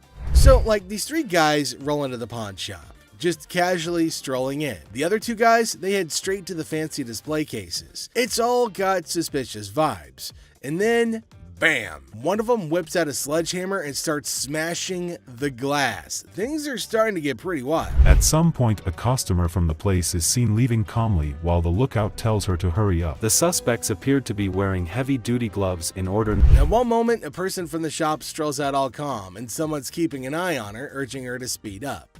The people thought to be involved seem to have on these tough gloves, maybe so they don't get any cuts. Not to get cut while removing the glass from the cases. Both suspects placed the jewelry and many other valuables in the bags. So when they took off the glass from the cases, both of them put the jewelry and lots of other valuable stuff into bags. After that, they hightailed it out of the store in a black Mercury Marquis. Case at? Where the case at? Where is it at? Where he put them on? The guy storms into the pawn shop all worked up and starts shouting about a missing case. He's demanding to know where it is, and he appears to be accusing the staff of removing. The feeling of stress in the air is increasing, and it's obvious that something is wrong. Not take games, take your wise my damage to that's the way it came in with the kids. I know. You gonna act like I ain't got no sense? He's accusing us of taking games out of his unit. Look at the ticket. It never said with game. The atmosphere gets even more intense as the guy accuses the pawn shop of messing with his games. Les, the cool guy at the pawn shop, stands his ground. The customer's getting more agitated, making accusations and even talking about blowing up the place, which is just adding to the chaos. At that point, man, you can get your arms up off belly and none of your body parts on me, bro. After all the stress I have, the last thing I need is a customer causing a scene. Despite the escalating situation, Les stays calm. He tries to talk sense into the upset customer, especially with a big event coming up the next day. I know how to walk. I ain't in literal because I ain't part of the week. And y'all motherfuckers in my middle and put them games in there. And you wasn't even standing there when I paused it. Somebody need to blow this place up. It's time to go, sir. You ain't gonna get my window. I'm not. Let go. Can I get my week? Don't get it for you, don't worry. You're making a threat like that? The situation becomes alarming when the upset customer makes a threat to blow up the place. Les, rightfully concerned about the safety of everybody, asks the guy to leave. Security becomes a priority, and the customer's demand for his belongings takes a back seat to the potential danger that he's creating. That's a challenging moment for Les, who's just trying to manage the chaos caused by an irate customer. Les, chilling at the pawn shop, notices a guy walking in, watch in hand. Les, being friendly, asks how things are going. The guy, hopeful, wants $400 for his watch. Les, the cool pawn detective, calmly discusses the watch's worth, revealing its value. The tension escalates, and the guy feels disrespected, using strong words and even threatening Les. Les, staying cool, suggests maybe he should have been given $400, hinting at a broken lamp that needs payment. The situation gets intense, with the guy considering if he should have taken the deal. I, still upset, leaves the shop, but not without some fiery words. Les reflects on the encounter, realizing maybe he should have given $400 to avoid the chaos. The drama ends, leaving behind a mix of emotions and a used watch. Life at the pawn shop remains unpredictable and full of surprises. The person walks into the pawn shop, catching Les's attention. Things start getting interesting right away. The person wants $500 for a ring and shows it to Les. Les, being curious, asks where the ring came from and why they want to sell it. The person gets really mad when Les asks questions. The intensity in the air rises as the person angrily explains why they're selling the ring. Les stays calm, making it a surprising and dramatic moment in the pawn shop. Oh boy. I see you sweating. Yeah. Must be hot outside. No, I was doing karate outside. You're doing karate? And judo. I'm Bruce Lee's sister. Really? Yeah. As the door jingles, a woman strolls into the pawn shop rocking winter clothes in the summer heat. Now she's chatting with Les, teasing him about the sweltering weather. She even claims to be a martial arts pro, throwing around Bruce Lee's name. The banter kicks off with a request for a karate move demonstration. She said she was Bruce Lee's sister. So what you got? The atmosphere takes an unexpected turn when the woman unveils a unique item, a mysterious fox mink. Les, unfamiliar with such creatures, engages in a lighthearted conversation to understand more about this fox mink. The woman, with a hint of mystery, reveals her intention to sell it. A mink fox? I don't know. I'm not into animals. Fox. I've heard of fox. I've heard of mink. So fox mink. Did you want to pause? As the conversation unfolds, Les dives into the details of the fox mink, trying to grasp its worth. The woman shares anecdotes about the origins of the item, painting a vivid picture of its history. Les, playing the role of the detective, subtly negotiates and gathers information to figure out the best deal. Sell it. How much did you want for it? $50,000. The encounter concluded with the woman deciding to part ways with her fox mink. Les, using his seasoned charm, finalizes the deal. The quirky tale of the winter-dressed woman and her unique pawned item adds an unexpected twist to the usual pawn shop routine, leaving both parties with a memorable experience. Woman comes in to sell me a high-end bottle of liquor. Ma'am, I'm Is that what you're saying? You have no respect.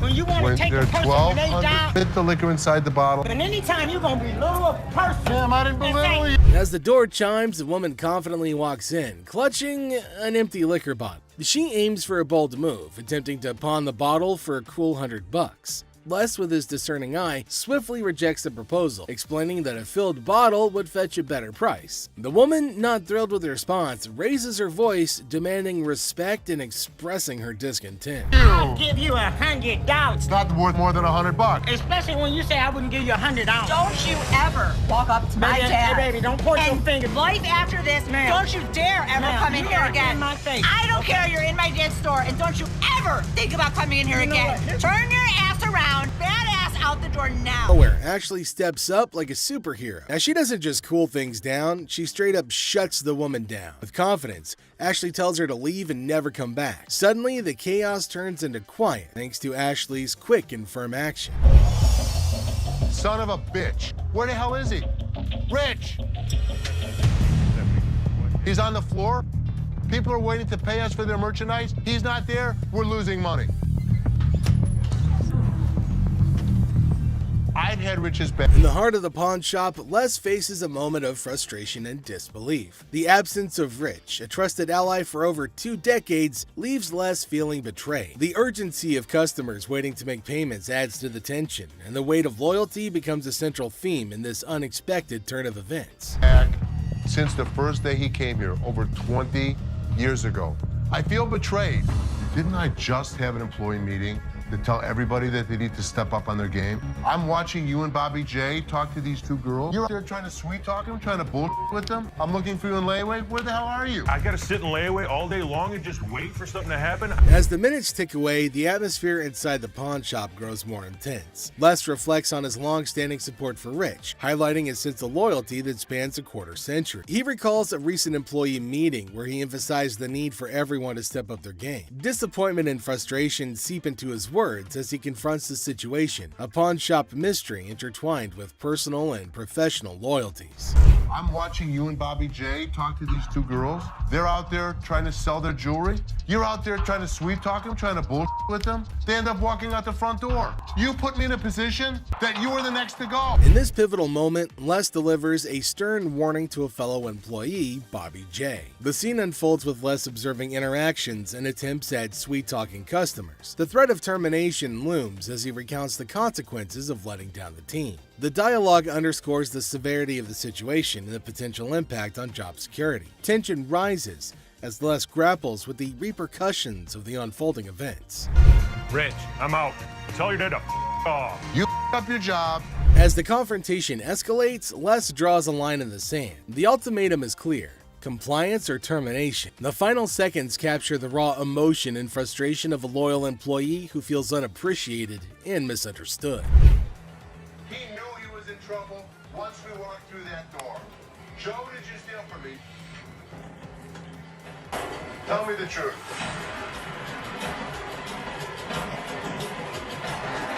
Inside the pawn shop, a sense of trouble looms as the head of security, Joe, faces a difficult moment. The air is heavy with anticipation as accusations are laid out. In a tense exchange, the truth emerges when Joe admits to stealing. The weight of the admission sets the stage for the unraveling of a trusted employee's actions.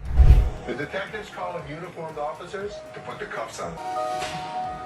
And then he reaches into his pocket and pulls out an assortment of jewelry worth over $7,000. As the admission hangs in the air, the situation takes an unexpected turn. Detectives call in uniformed officers to apprehend Joe. A place built on trust is now shaken to its core as the true extent of the betrayal unfolds. You go this way. This is my loyalist point, my head of security, guy that I trust. The arrest unfolds and reality sinks in for the pawn shop owner. The disbelief is evident as a devoted employee, the head of security for the previous 3 years, is carried away in handcuffs. The emotional weight of the betrayal is clear in the owner's voice, which expresses the anguish of putting trust in someone who later proved dishonest. If he was, he could be anyone.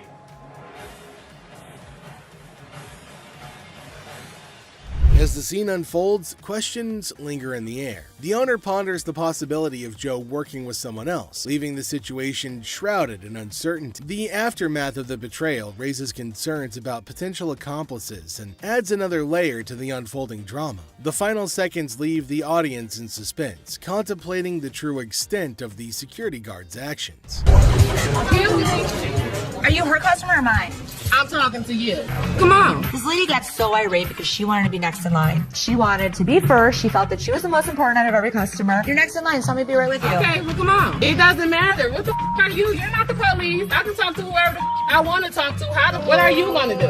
You already know. In the opening scene, Ashley is at the counter with a lengthy line of customers. A sudden disruption occurs when a black woman attempts to cut in front of everybody else. Ashley confronts her, asking, "What are you doing?" The woman becomes upset, but Ashley firmly asserts, "You can't do that stuff here." Goodbye. Come back here. Let's talk right now. Take the receipt. What would you like to do with it, ma'am? I want to pay. Well, you have to go to those windows. No. I come to this line any other time. Not at this window. It's Okay, well, I'm not going to stand in the line. in the wrong line. Get in the other line. And I'm not going to get in another line. I'm going to walk straight up to the damn window. We won't take you. The woman continued standing in line at the counter. Les approached her, inquiring about the situation. She explained that she wanted to pay, but refused to move to the next window. Les informed her that in the pawn shop, crossing others in line isn't allowed, emphasizing the importance of waiting your turn. Care of you. Well, y'all just only See this lady here? All the other customers. Okay, and I always come to this line. I'm sorry. You have to stand in the other line. Okay, well, I'll be back before y'all close. You can do whatever you want in this line. She can't. Can't wait your turn. We'll be back later.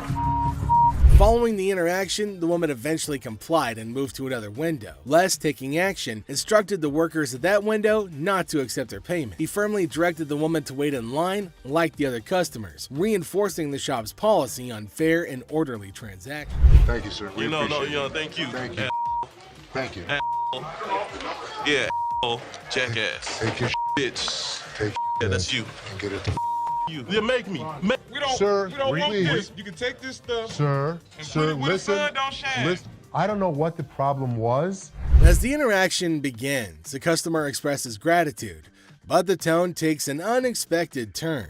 Tensions rise as the customer's language becomes confrontational. The shopkeeper, addressing the situation calmly, refuses to tolerate mistreatment.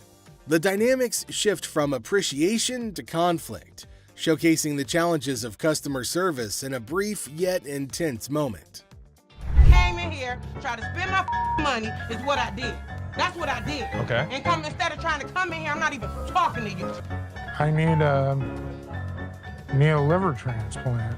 Why? Seriously? They didn't even look at these cards. Sour Patch Kids. The narrative unfolds with the arrival of another customer, visibly intoxicated. The shopkeeper navigates the encounter with a mix of tolerance and assertiveness. The customer attempts to engage in banter, revealing signs of alcohol influence. The shopkeeper, unswayed, maintains composure and subtly addresses the situation, highlighting the challenges of dealing with individuals under the influence. Not even out here trying to get this $30. Not bang on my. Why 50 for that? Jeff, take him out, please. Better not put it in your car.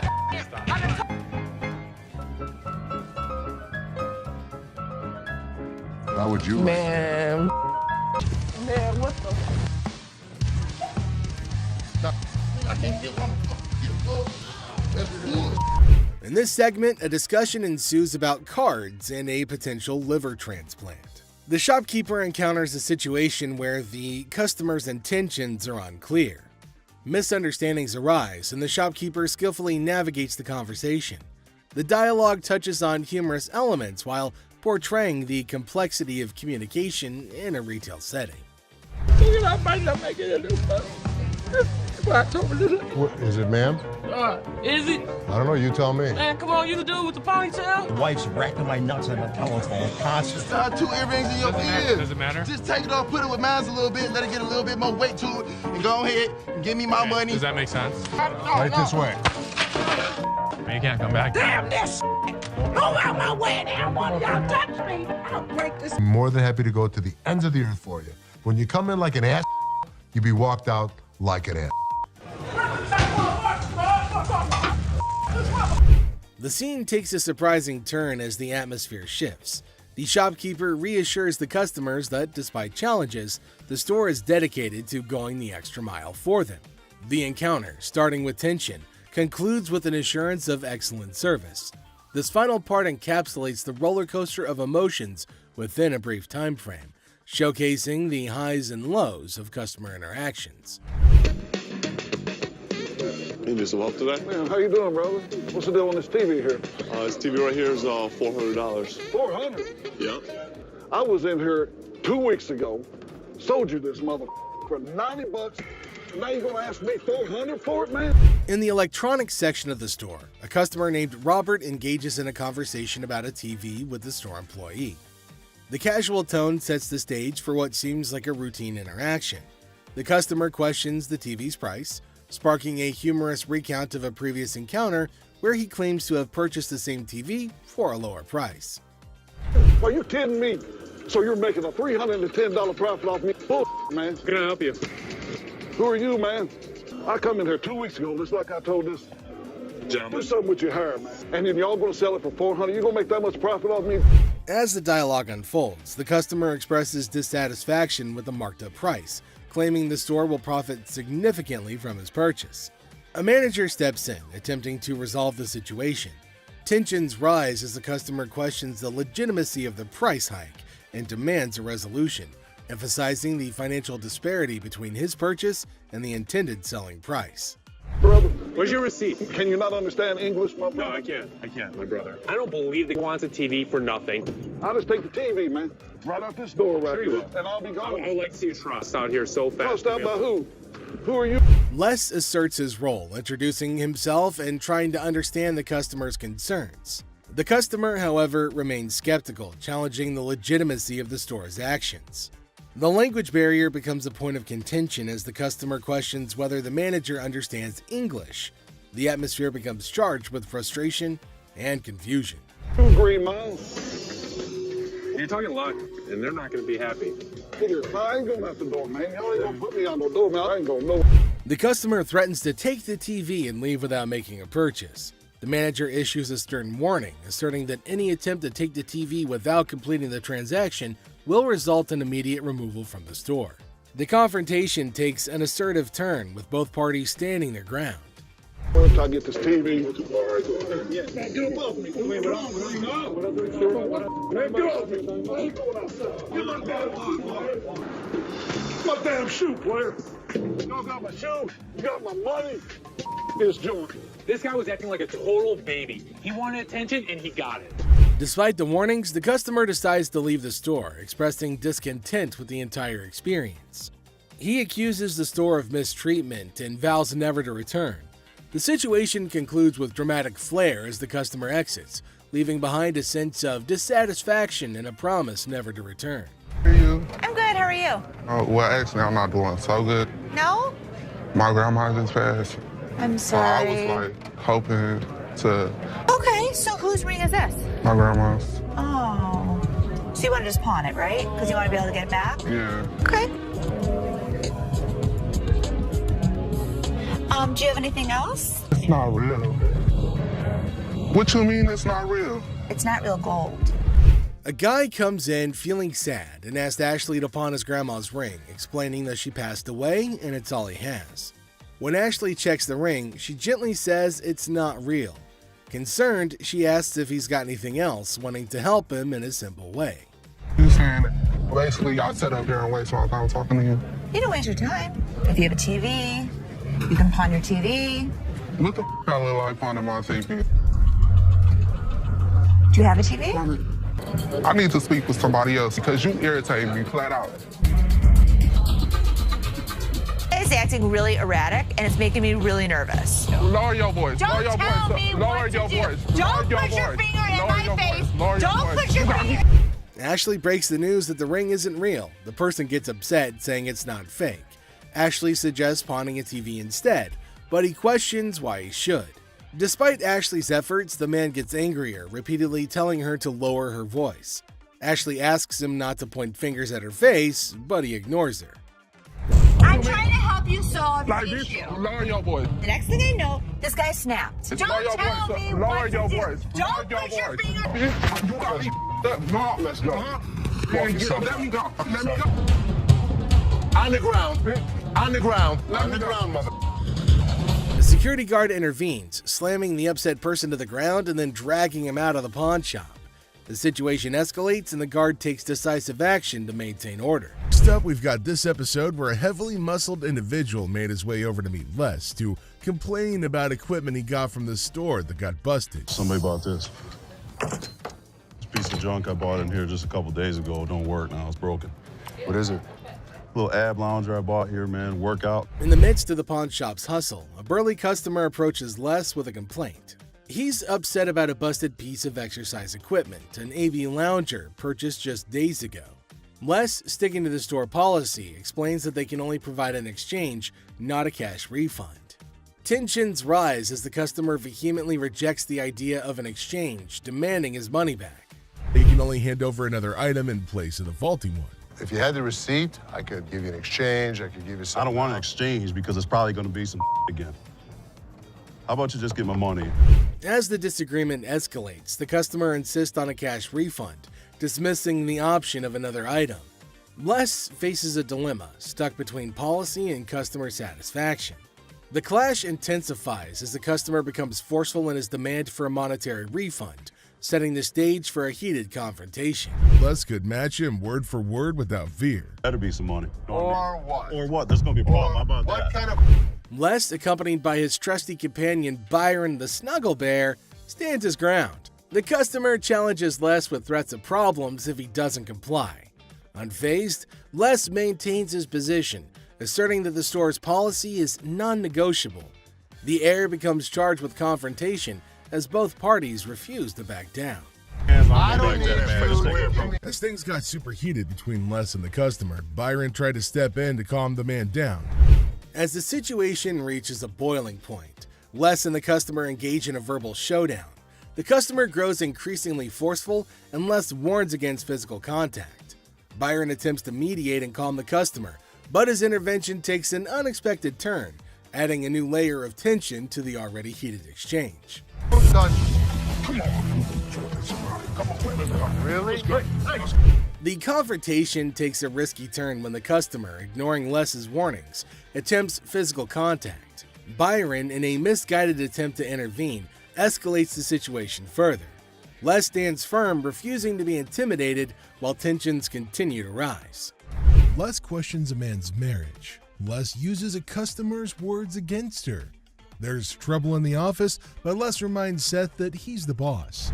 Les kicks off the day questioning a man's marriage, using customers' words against her. Trouble brews in the office, but Les asserts his authority as the boss, teaching a disrespectful man a memorable lesson. Les shows that he's not just a pawnbroker, baby. He's a boss in control. Here are savage Les Gold moments. It looks like Les is more interested in this man's marriage than his business. Les woke up this morning with the urge to roast someone, and of all the people he could roast, he picked this guy. Things take an unexpected turn. Now, in a surprising twist, Les dives into the man's marriage, leaving everybody shocked. Les humorously challenges the man's absurd scenario, roasting him in a way that only Les can. The man's attempt to buy an anniversary present with his wife's jewelry backfires, adding a touch of humor to the pawn shop drama.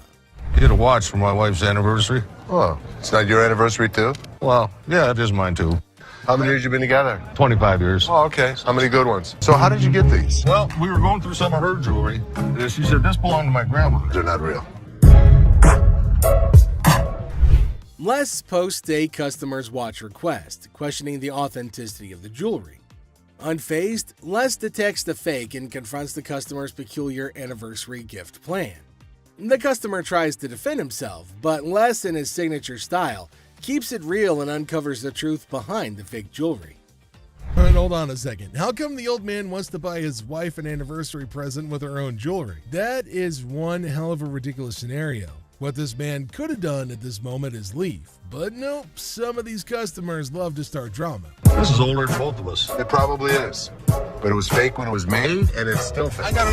Les faces a customer who crosses the line, insulting his family. For the first time, Les takes matters into his own hands, delivering a stern warning. The tension rises as Les draws the line, showcasing a side of him that won't tolerate disrespect towards his loved ones. Yeah? Okay, I've seen your wife. Listen, mother, there's two things you don't talk about. What's that? My wife and my family. Oh, so here's the deal. For a moment, we thought... Two of you. Here's the deal. Get out of here. Two of you. I'll hurt you guys so bad. Sure you will. Better get in the front. Sure you will. In a final showdown, Les lays down the law. With no patience left, he kicks the disrespectful customers out, warning them of dire consequences if they return. Les reveals his savage side, making it clear that disrespecting his family won't be tolerated under any circumstances. A young man enters the pawn shop seeking to pawn a TV for $400. Les, the owner, declines the initial offer and counteroffers $100. The guy, explaining his need to move back to his mom's house, expresses that $100 won't be sufficient. What you want to do? What, you from Africa? Oh, okay.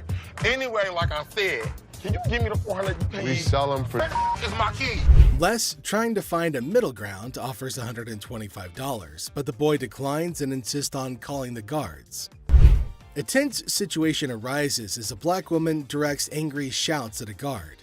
The guard, responding defensively, questions her, asking if he appears to be a butler in a moment of unexpected confrontation.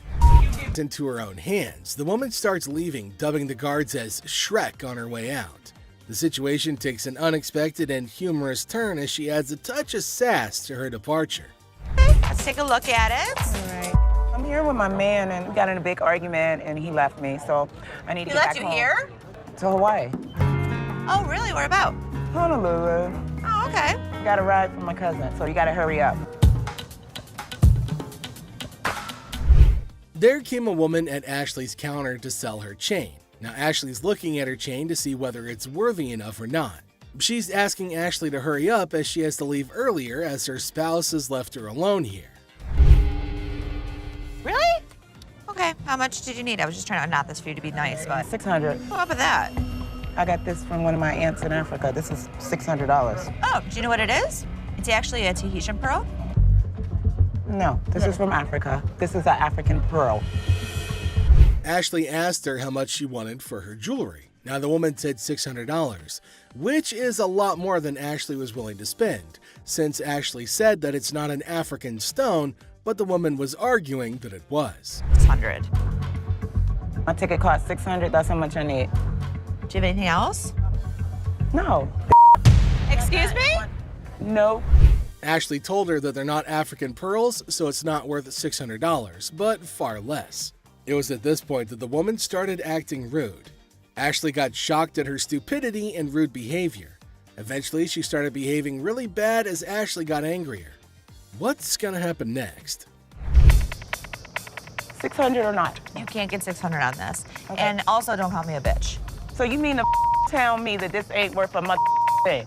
That's not what I said. It could be worth something. Okay, can I get $5.99? No. Some kind of problem? Okay. Exactly. Can I get $600 No, or you not? can't get anything. Okay, You can't talk to her like this. You can't get... Oh, I he left you now. Bitch, you don't know why. She then warned Ashley to pay her the money for the necklace, but Ashley refused and told her to get out. But this lady wasn't listening. She was continuously bullying and harassing Ashley. Security arrived in the nick of time to help protect Ashley. They asked about what was the matter, and after finding out about the woman resisting and having a hard time with Ashley, they decided it was probably time to get her to leave, which led to more screaming and shouting and yelling. I'm not leaving no place. Yes, you are. Oh, no. All right. Oh, yes, What? you are. What are you gonna do? I'll kiss my... Honey, you don't have that kind of money. All right. You. All of y'all. Bitch. If you want some help, talk to us like a human being. I'm leaving. Aloha. Who the they think they is? Them. Which then caused the more security guards to get her out of the shop. But she kept on yelling. The lady would not stop with the screaming and the shouting. Some jewelry for my daughter. Her birthday's in like 2 weeks. For sure. How old is she gonna be? She's gonna be 12. She's gonna be 12. Yep. Do you want a Kleenex? I've got allergies, man. I itch like super bad. I'm not picking it, I promise. Okay. We have a heart one that's really pretty. Can I see it? There came a man to Ashley asking for something to buy for his daughter. Now, he inferred that she's about 12 years old and he wants something interesting for her. But he's constantly picking his nose, which was making Ashley cringe. He's not stopping from doing such cryptic things, but he's constantly doing it in public. Ashley asked him to let her know if there was something he was interested in buying for his daughter. Look at it. How much you want to spend? Like 100, 150, but 75. can I touch it though? That's bull. I was charging him like $75 on this watch just to give him a deal so he didn't have to touch it with his snotty hands. Can I see the sanitizer for a second? Now, the man selected a watch, but Ashley didn't want him to touch anything with his dirty hands. She asked him about his range and he said he wants something under $100, and the watch was $75. The man didn't agree to buy it. Now, Ashley's just getting furious over his silliness. I'm gonna use sanitizer. Why don't you guys go yourself? I don't even care about the sale anymore. I just want him out of here. Ashley asked him to use sanitizer before touching anything in the shop, but he refused. Now, this is going to be a very serious problem. They're probably going to have a fight. Ashley got angry and asked him to leave despite no deal. She just wanted him gone. She didn't care for the deal or profit, but just getting him out of the shop. Well, then came the guards who made sure that he left, and Ashley used sanitizer everywhere on everything that he put his hands on. Well, that's it for today, everybody. Thanks for being part of the Hardcore Pawn adventure with us. We hope you like the drama and the surprises. Stay tuned for more pawn shop stories. See you next time. Watch Les, the shop owner, and an angry customer have a loud and dramatic fight in the pawn shop. It's intense and filled with a lot of yelling and arguments. Receipt. My man wants to know what I've been doing with my money. Can I get my receipt? What you been doing with your money? Les hilariously negotiates over home decor, turning it into a Detroit-style showdown of insults and laughs, leaving everyone confused and scratching their heads. To get out of here. Experience the chaos as a sweaty man in a shark costume demands $800 at a pawn shop, leaving the bewildered staff grappling with his bizarre requests. And I got my TV out of time. Okay. They didn't give me a receipt, and I need the receipt. We don't give our receipts. What you mean you don't give our receipts? Every time I do business with y'all always give me a receipt. When we give you your item, that's your receipt. That's proof that you paid to take it out. The thing is, I need this receipt to show what I spent my money on. We do not give you a receipt because we didn't sell it to you. That's been the policy of the store for over 30 years. This is not retail. It was already their item. I'm giving it back to them. Period. I need a receipt. My man needs to know that my money on it. You sitting there looking up. We don't give out receipts. Ashley meets Lisa, who claims they're old pals from the pawn shop world. Ashley's face is a mixture of confusion and amusement as she tries to recall Lisa from the past. It's like a game of memory gone wrong, with Lisa insisting that they're besties while Ashley's scratching her head, wondering if she's entered the twilight zone of pawn shop encounters. Like instant unconditional love for me. She doesn't know me. I'm coming. Lisa's affection for Ashley kicks into overdrive, leaving poor Ashley feeling like she's in an episode of a pawn shop soap opera. Lisa's suggestion of exchanging numbers adds a sprinkle of awkwardness to the mix, like a sitcom scene gone awry. I do like you. No, you lied. You. I mean, it's just a suggestion.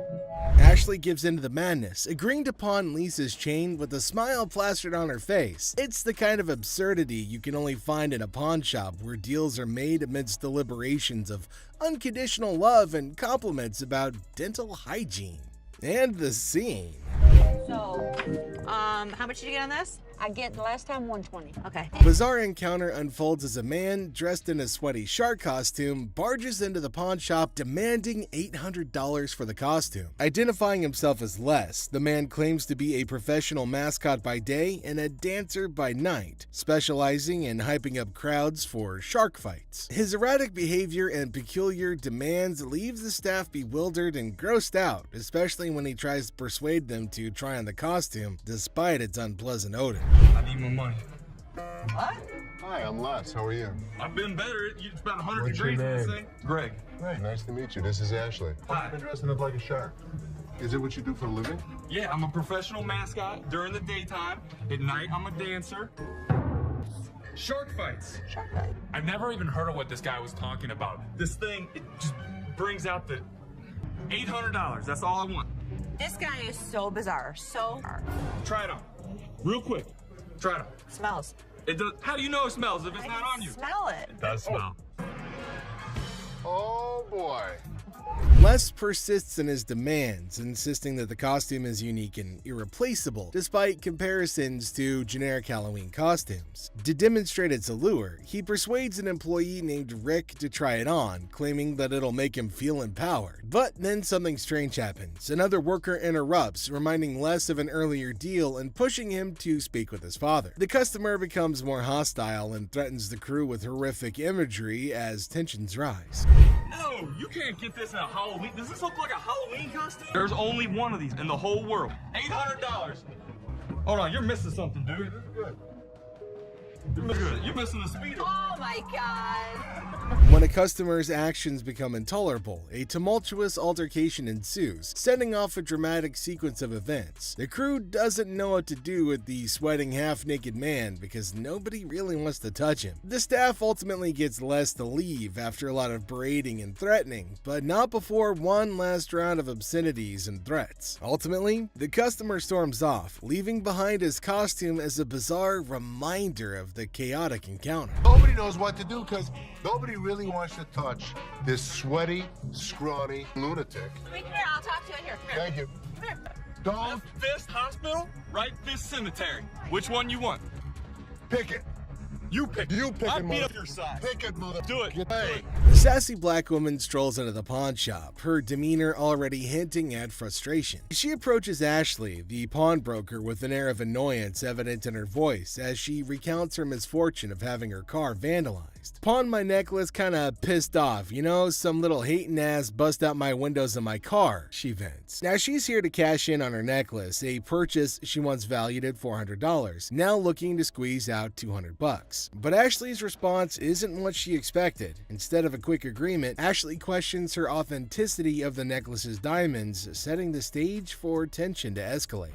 They're not. Them real diamonds, bro. I just told y'all to piss up, and you telling me that you ain't gonna give me $200? The customer's irritation boils over as Ashley challenges the necklace's legitimacy.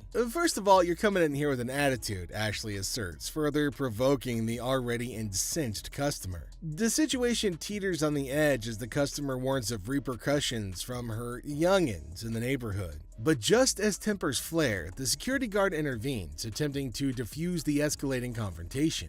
However, the customer's retort, claiming the diamonds are breathing, only adds fuel to the fire, exacerbating the friction between her and Ashley. Okay, first of all, you're coming in here with an attitude. I don't get serious? As tensions peak, the customer's threats and insults intensify. Get out of here, you ain't gonna give me my necklace, she snarls, her anger palpable. The situation spirals out of control as she lunges towards Ashley, prompting the security guard to step in decisively. With firm hands, he escorts the irate customer out of the store, her voice echoing her fury even as she's forcibly removed. The scene ends with a chaotic crescendo, leaving Ashley to exhale a sigh of relief as the door slams shut behind the departing customer, bringing an end to the tumultuous encounter. Get out of here. I should have her ass up. Les gets a visit from a guy claiming he's on a mission from his wife to find furniture. A husband sent on a quest for home decor by his better half sounds like a scene from a comedy. Now, Les is prepared to negotiate, but as soon as they begin looking through the goods, things get hilarious. Well, here's the deal. I just moved from New Jersey. My wife and I. We just bought a house, and she sent me here. She said, see what you can pick up. Perfect. Let's find some. You gonna clean all that up before I buy it? That's why it's so inexpensive, right? Really? Yeah. I gotta tell you, man. We have used furniture that's used. That's why it's $397.77. Really? Well, I only got $200. The customer isn't overly impressed with the couch's condition. Although he has a budget, he's unwilling to spend money on something that appears to have been through a muddy wrestler's match. The banter gets funnier as the customer tries to negotiate while Les defends the integrity of his used furniture. All right, man, let me try, man. I'll tell you what, my shoes are cleaner than this couch. Then don't buy it. Make me a deal. I got cash in my pocket, man. Wow, Come on, man. $200. Come on. The customer's insults towards Les and his family turn things from funny to completely ridiculous. It resembles a farce gone wrong, with insults flying more quickly than a tennis match. Les, ever the professional, maintains his position, but the level of absurdity is escalated by the customer's attitude. This is not the way we operate in New Jersey. What kind of operation you guys going on, man? I bet you're not here far. This was actually my couch. We had to reupholster and I gave it to Ashley. Is that right? Yeah. Is that your daughter? That's my daughter. She must be nasty, too. What did you just say? Don't make my... Come on, man. This is how we do it in the deep. Yeah. The customer's rudeness hits a peak, and Les puts his foot down, Detroit style. It's a showdown worthy of a Wild West movie, complete with threats and a swift exit. The customer's departure leaves everyone scratching their heads, wondering what had just happened in the wild world of pawn shop negotiations. I got $200. Yes, sir. I'll go someplace else. That's the dirty D right there, baby. Where'd he go? I think he went back to New Jersey, sir. In this wild pawn shop showdown, a woman marches in ring in hand like she's about to solve the mysteries of the universe. While she's trying to pay her past due rent, her diamond ring steals the show. Like a souffle in the microwave, the tension increases with every second that goes by. A heated discussion regarding the truthfulness of the ring is started when the pawnbroker examines it with some suspicion. The woman demands $200 like she's negotiating world peace, but the pawnbroker's offer of $80 sends her into orbit faster than a rocket with a grudge. And the air crackles with sass and disbelief, leaving everybody wondering if this ring is ever going to find its way home. Yes, ma'am. I was coming to pawn my ring because I have to pay my rent. It was due a couple weeks ago. Oh, okay.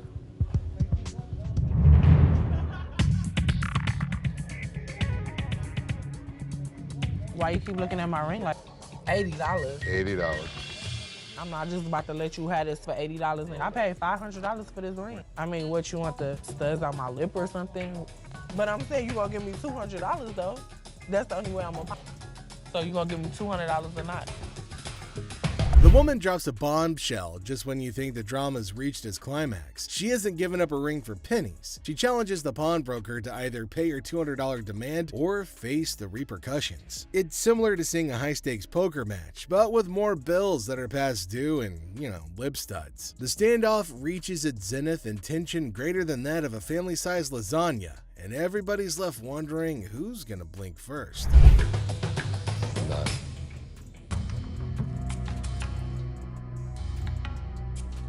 As the dust settles, the woman's exit is as dramatic as her entrance. With a final flourish, she declares her terms and storms out like a diva exiting stage left. The pawnbroker's left scratching his head, wondering what just hit him, while the security staff's probably updating their resumes after narrowly avoiding a showdown.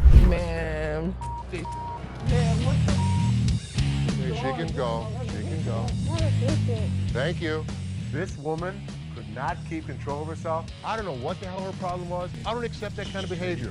She's lucky my security staff didn't beat her ass. In the bustling aisles of the pawn shop, two guys saunter up to Ashley with a peculiar demand. Now, they're aiming for a refund, claiming that a bunch of things that they bought from the pawn shop are no longer working. As per policy, Ashley asks for a receipt, and she also asks them questions to verify what the problem is. Attorneys and/or asking for a refund. When we got to our work site, it just stopped working. We're in the construction business, declared one of the customers, with all of the air of a seasoned foreman. Now, Ashley was asking, her suspicions peaked about where the power source was. At the work site, of course, was the swift reply, a tad too rehearsed for Ashley's liking. Smelling something fishy, Seth and Les united in their quest for truth. So Seth, being suspicious, decided to plug in all the gadgets to test to make sure that they work. And lo and behold, they worked just fine. What type of work you do? We doing construction. Where's the battery? The battery is at the work site. We on the clock. No, I'm gonna plug these in. Oh, that works.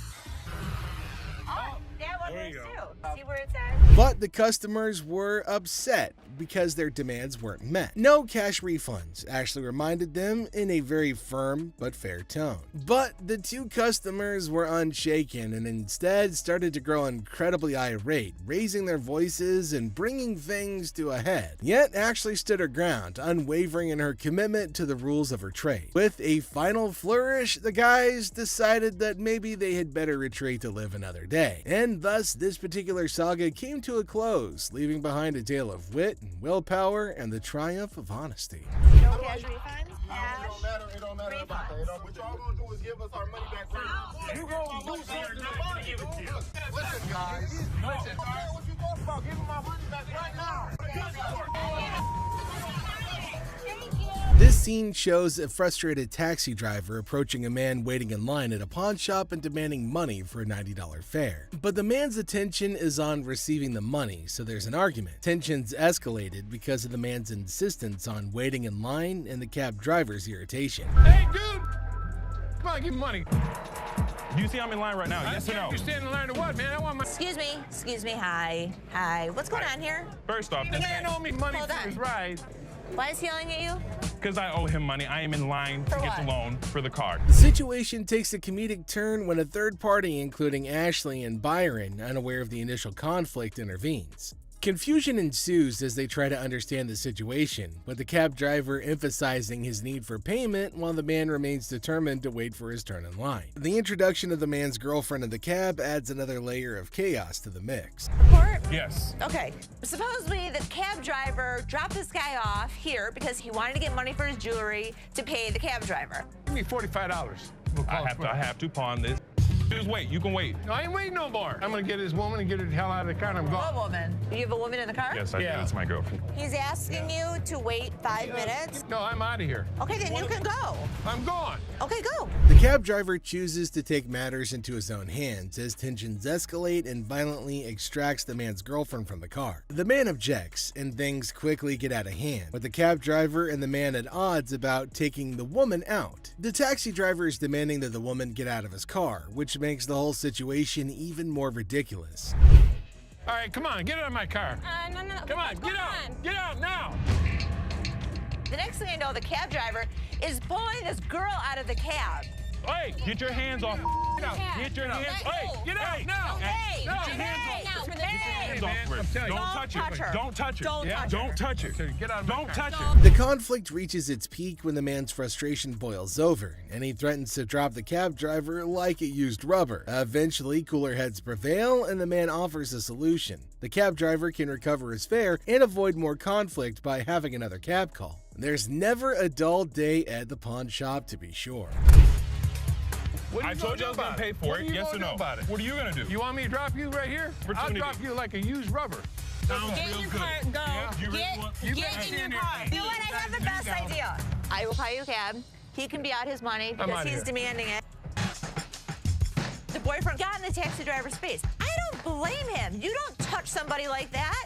In this episode, we've got Les who's greeting a customer. Now, the customer is looking to sell a TV and asks how much Les is willing to offer. Les mentions that they typically sell similar TVs for under $250, which prompts the customer to express her desire for $500. Les naturally balks at the request, stating that he can't offer that much. But the customer then starts negotiating, asking what she needs to do to get the $500 that she wants. Hi, I'm Les. Nice to meet you. Sure. I'm looking to get rid of this. How much did you want for the TV? I want $500 for it. That's what I was thinking. We actually sell them for under 250 bucks. Okay. So I could give you 100. 100? 100. I need $500. And I wish I could give you 500. What do I gotta do to get you to give me $500? In a comedic turn, the customer suggests her breasts as a bargaining chip, asking if they're worth $500 to Les. Les, to his credit, responds with a little bit of a bemused expression, indicating that, sorry lady, they're not. The customer confidently asserts that her breasts are valued at $7,500, but Les remains unimpressed. He remarks on her attempt to negotiate with her boobs and expresses disbelief at her strategy. The customer, undeterred, insists that she never played dumb before provocatively suggesting that she's all there by flashing her breasts. Are these worth $500 to you? Not really. No, these aren't worth $500. Really? They're $7,500 for these, okay? $7,500. I want some. He was one of those people that tried to negotiate. What can I say? Les maintains his professionalism, refusing to be swayed by the customer's unconventional tactics. He humorously remarks that anybody who flashes their breast in a store must be all there, to which the customer confidently agrees. However, Les ultimately declines her offer, suggesting that she go elsewhere. Oh, I am all That's there. what I just said, and I could see. All there. You were all there twice. Thank you. Forget it. Thank you very much. In the chaotic morning hustle of the pawn shop, Les notices a shady character browsing through merchandise with dubious intentions. Approaching him, Les demands an explanation, only to be met with a flimsy excuse about being kicked out of his mom's place. The guy then tries to pawn items off as coming from his mom's basement, but Les sees right through the charade. Now tension rises as insults fly, setting the stage for a showdown between Les and the would-be thief. First thing in the morning, I see a guy walking around the store pulling off my shelves. What the hell's going on? Hey, man, I need some money. I got kicked out. My mama kicked me out last night. My mom's basement. Tell me where you really got the vacuum. My mom's basement, man. Where do you think I got it from, fool? I'm sorry, what'd you call me? A fool! What are you gonna do about it, bald-headed? What do you want me to do? What are you gonna do? What are you gonna do, buddy? Les throws the guy out of the store because he's tired of his antics. But when the man won't go, Les has to call in reinforcements. Enter Byron, the burly bodyguard, who snatches the man and carries him expertly out the door. Byron manages the issue with the dexterity of a bulldozer making room, making for a show-worthy scene. Talking to bald-toothed, bald-headed mother. It's time to go. Oh, man. Get out of my store. You understand what I just said? But just as Byron is leading the guy outside, his pants decide that they'd rather pull around his ankles, exposing a little bit less than friendly underwear. But that's just the icing on this whole dumpster fire of a day. As Les sees the guy's humiliation happen, he can't help but laugh. And without warning, another day at the pawn shop comes to an end, leaving us all to wonder what mischievous adventures lie ahead in this crazy world of wheeling and dealing. Do it. Keep walking, buddy. You start stealing stuff from my store, it's time for your ass to be thrown out. Stand up.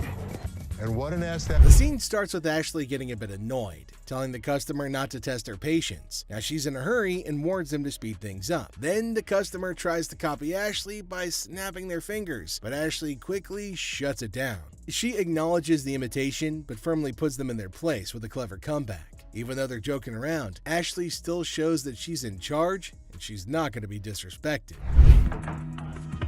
Don't get me, I'm gonna get very, very angry right now. Okay. And if you can like hurry it up, then that's better. I can. Hurry it up. Okay, you ain't gotta snap the fingers, sweetheart. I was just imitating you. Okay, but you ain't gotta go that far. You behind here. Oh. Okay. I don't really have all day for this. You want 20? I want 40. Things escalate when Ashley catches the customer imitating her again. This time, she's not as amused. With a mix of annoyance and humor, Ashley tells her to knock it off. She's not playing around anymore. Finally, she wraps things up with a funny twist, saying goodbye with a playful fake travels instead of the usual safe travels. It's a perfect ending, showing Ashley's authority and humor all in one. Are you imitating me?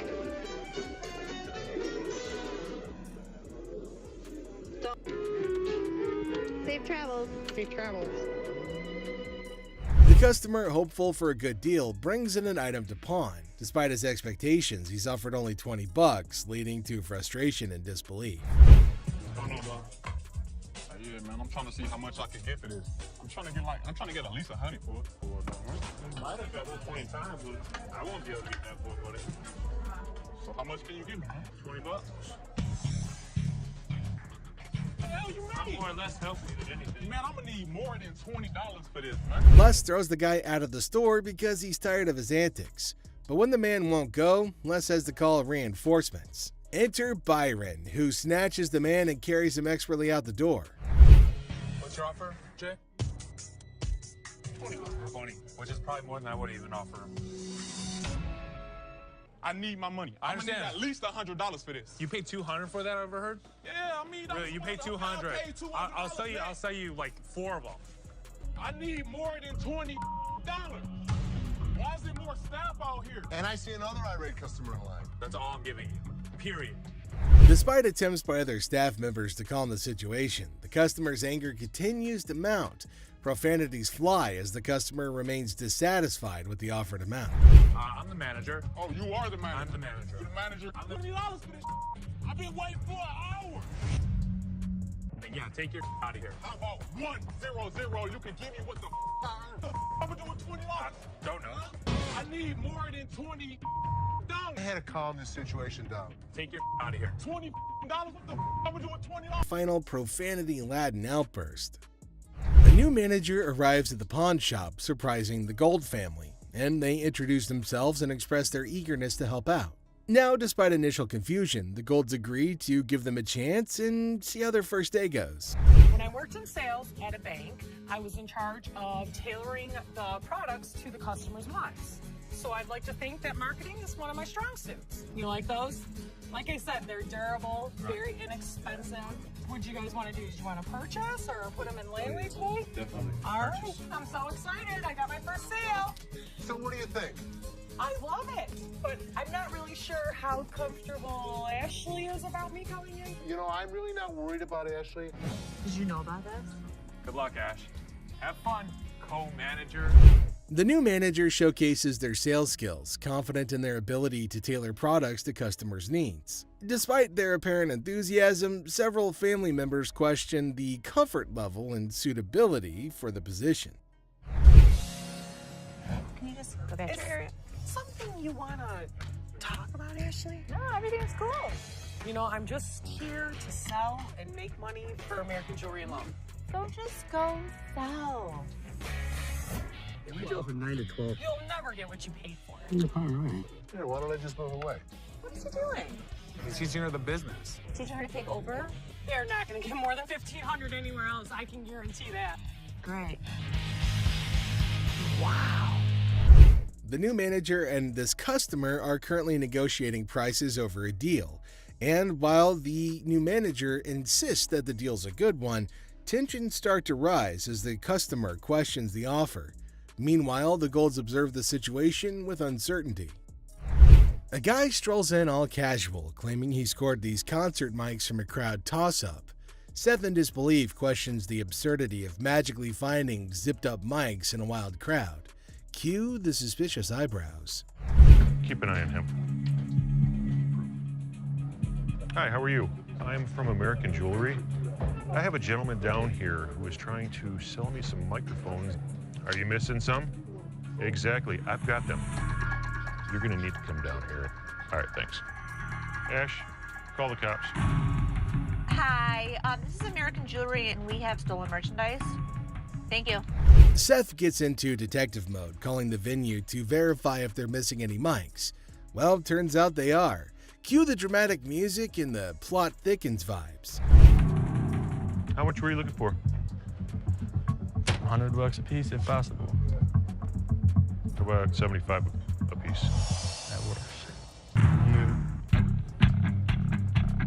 Who the are these kids now? Are these his friends?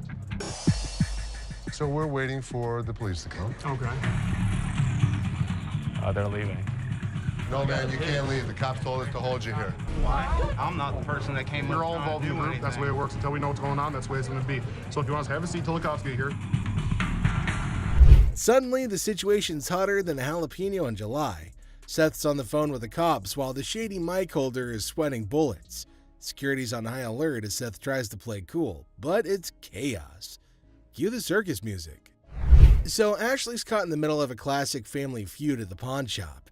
Dad's all like, "Close the door, Ashley, we need to talk." But it's not a cozy little chat. It's more of a what the heck's going on kind of situation. Turns out there's drama about TVs and Rich, and Ashley's like, "I used to run this joint, dude." Cue the fireworks. Always pinpointing on the bad always stuff. done Can you good. stop talking over me? You don't appreciate me. You don't appreciate anything I do here. I don't understand. We're family. You treat me like I'm a piece of What the do you ever point out the good stuff I do here? I don't understand. We're family. You treat me like I'm a piece of You inside. I don't even know what to do I'm anymore. taking the store side. Ashley is laying it all out. Now she's feeling underappreciated, like she's stuck in some kind of twisted family drama sitcom. She gets irritated and eventually walks out of the room. Then I quit. I'm done. You're not done. What? You're not done.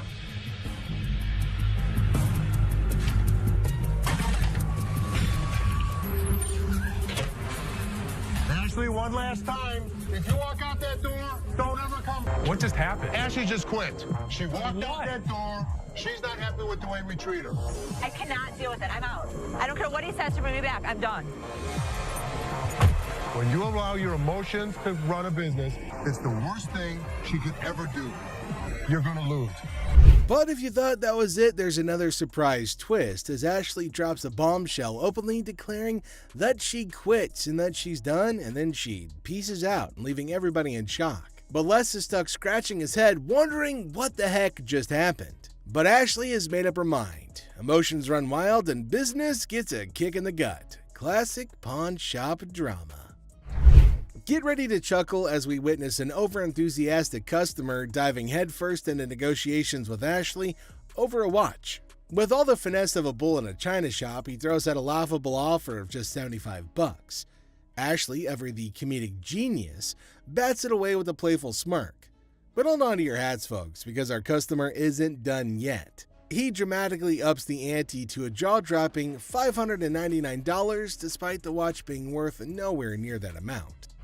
Now, before you say something, now I'm gonna be honest with you. This right here, it's worth a lot of money. So this, I should get some change back. Hold on, wait a minute. This is worth, look at it. 2 and add 3 more zeros with it. 2,000, baby. Me out, and guess what? You gotta give me some change. Our intrepid negotiator isn't about to back down. With the confidence of a superhero, he insists that this watch is worth its weight in gold. Quite literally. He even flaunts a fat stack of cash, convinced that he's about to seal the deal. But Ashley, bless her heart, isn't buying it. She keeps a straight face as our customer sails further into the sea of absurdity, refusing to cave to his outlandish demands. Bill. Okay, and it's worth $2,000. It's rare to find a $2 bill that got red in it. Now tell me they ain't worth $2,000.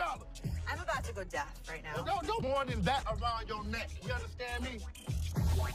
You little chunky, drawn-looking person. Okay.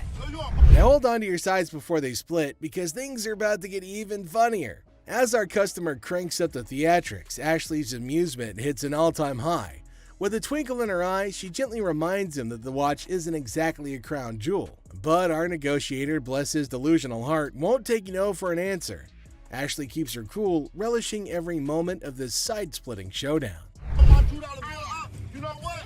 I'm gonna tell you something. Okay. You owe bologna sandwich. Y'all ain't got no money. Okay. Have a good day. Big Mouth is hungry. Real funny, man. Y'all be killing me. I'll pawn you. Matter of fact, that $2 bill, you gonna... And now the moment we've all been waiting for, the finale. Our customer's frustration approaches a boiling point, but Ashley, ever the queen of comedy, doesn't miss a beat. She continues to milk the situation for all it's worth, leaving our customer red-faced and defeated. And just like that, he storms off, leaving us in stitches as he hilariously fails his attempt at negotiation. Next up, we've got a furniture fiasco as a man discovers a one-of-a-kind table, only to have their excitement interrupted by another customer demanding that they vacate the throne. But the first customer's not moving. Get your ass over and shut up. Get off that bed. No, I ain't getting no. Get off that bed. What the you gonna do, baby? Who do you think you are to talk to me like Girl, that? if you let me, I'll be slapping that ass. You're talking to you, bud. Back up. Take my ass out of here. Man, really? We don't think so? You don't think so? Tensions skyrocket amidst the customer's verbal barrage, but fear not, for Ashley steps in, serving sass and shutting down the disrespectful discourse. Honestly, with Ashley, who needs a savior in sparkling armor? Here's the way I'm gonna roll. You don't disrespect my daughter in my store. Get the out of here. If this guy ever shows his face in this store again, we're gonna kick his ass. Gonna get your hands off. Really? Really or what? We go back, disrespecting my daughter like that? Ultimately, Les has to step in and settle the score by enforcing the rule and ejecting the unruly patron. With one stern glance, Les sends the troublemaker packing, restoring peace and reminding everybody that disrespect isn't welcome in his kingdom. The scene kicks off with Grandma storming into the pawn shop, demanding her money back for a purse that she claims is fake. Now she's not holding back, loudly insisting on a refund while the audience can't help but applaud her fiery entrance. You don't want to mess with a grandma on a mission, so she demands to restore her sense of humor before anything else happens. She insists on getting her money back, saying that the purse she purchased was just as phony as a $3 bill. You don't need a second. Do you have the receipt? I didn't give you a second when I gave you my money. Ma'am, I'm trying not to really. You took my money and I won't. Show me the receipt. I don't have a receipt. You sold me this purse. Baloney. So when did you buy it? I bought it a week ago. Les tries to maintain his cool amidst Grandma's escalating tantrum. Now he asks for the receipt, but Grandma didn't expect that curveball. Now she intensifies her demand for a refund, saying she isn't playing games with her hard-earned money, even without a receipt in hand. Now, Les's justifications aren't going to hold water with her. She wants her money, and she wants it now. From me. From you. This is tarnished. Do you know what that stands for? What does that stand? I want my money. There will be, Now put your hands on me. No smoking here. ma'am, there will be no smoking in the No store. smoking, miss. No smoking. Smoking in the store. I got to calm my Put your cigarette nerves. I'm out, not miss. putting my Miss, cigarette put out. your cigarette out. Get your hands off me. Put your cigarette out, miss. Miss, come here. Get your hands off me. Cigarette out. I'm not. Just when you think the situation can't get any more ridiculous, Grandma takes out her cigarette and lights up in the store. Les, however, ain't having any of that and warns her right away that smoking isn't permitted anywhere, especially in his store. Grandma, however, is in no mood to follow the rules, leading to a showdown where Les tries to put out her cigarette while she vehemently refuses. Smoking in the store. I got to calm my Put your nerves. cigarette I'm out, not miss. putting my Miss, cigarette put out. your cigarette out. Get your hands off me. Put your cigarette out, miss. Miss, come here. Get your hands off me.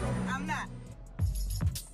I'm bending over backwards to appease this granny. Oh, I'm dear. trying to be professional Give and me I'm my trying to money. give you courtesy. Give me my money. That's all I want is my money. As the literal smoke clears, Grandma's still not backing down. She demands her money with a threat of legal action, insisting that she'll see Les in court. Les, exasperated, finally agrees to give her the refund just to get her out of his hair. But even as he tries to make things right, Grandma ain't done. She wants a card because she's ready to sue his butt. And with that threat hanging in the air, she finally storms out, leaving Les bewildered and relieved. All I want is my money. Give me a card, because I'm going to sue your ass. Okay, I'll see you in court. Goodbye. Get your hands off me. Yeah, right. All right. Stupid ass mother. Go ahead. Whatever. She does not remind me of my grandmother.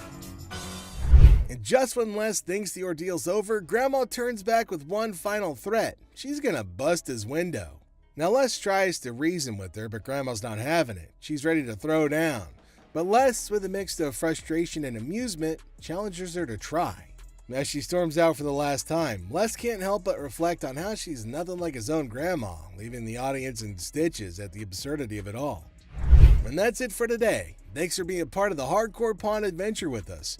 We hope you like the drama and surprises. And make sure you stay tuned for more pawn shop stories. See you next time. Watch Les the Pawn Shop Detective figure out a mystery with messy DJs and laptops held captive. See the suspenseful investigation unfold right here. Laugh and cringe as a shouting woman causes trouble in the pawn shop, making Seth and Les really mad. Then a guard shows up and there's a surprising twist outside. Okay, I went to get my purse back to make my payment. She's telling me this is expired. That's my purse right there. That one right there, the black one. A meticulous lady strides in armed with confidence and a fake receipt, proclaiming ownership of a purse. Little does she know that Ashley is the store's memory bank, fully aware of every item in its rightful place. The girl, in her eagerness, attempts to vault over the counter, unaware that Ashley, the guardian of scams, is on duty. My purse right there. How do you know that's your purse? Because I know my purse. Here's the money. I want the purse. That bag was never in pawn. If you want to buy it, I just want to look at it and make sure it's not mine. Undeterred by gravity and common sense, the girl persists in her charade. However, Ashley stands firm, recognizing the futility of the scam and the level of wrongness involved. It's like trying to sneak a peek at the answer key when the teacher is watching. Yeah, that's not happening. I'm not first of all. Don't talk to me like I'm an idiot. Give me my purse or I'm going to come over that counter and get it myself. oh my God. Get your hands off me. Have a nice day. Let's go. Walk yourself out, yo. You. With a swift resolution to this failed escapade, the girl finds herself unceremoniously escorted out of the store. Lesson learned: Ashley's scam radar is always on, and jumping over counters won't get you far in this pawn-filled drama. Enter the family feud. Ashley drops the bomb on her brother Seth, calling him a hypocrite. But why? Well, he casually throws around $880 for a painting, while Ashley, according to her, can't even snag a deal for $30. Sibling dynamics at their finest. And as Ashley confronts Seth about the apparent double standards, she probes into the intricacies of spending $880, questioning how bad it could be. Seth, in classic sibling fashion, argues that his purchases are all about resale value, a concept he conveniently forgets when it comes to There's two guys out here that are saying they were scammed out of their laptops, and that whoever did it is working with one of our guys. You want to come out and talk to him? Thank you.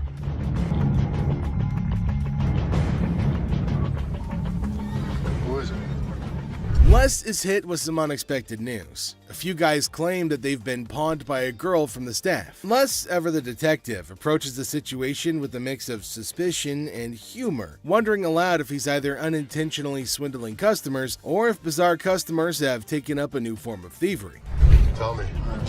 She pawned 2 of our laptops, and she told us she was gonna bring them out to the back. Some of it, yeah, we don't. Okay, wait. You pawned something? Yes, she had to take it to When her did you pawn it? Today. Today. She Okay. had to take it to her. And the money? Yes.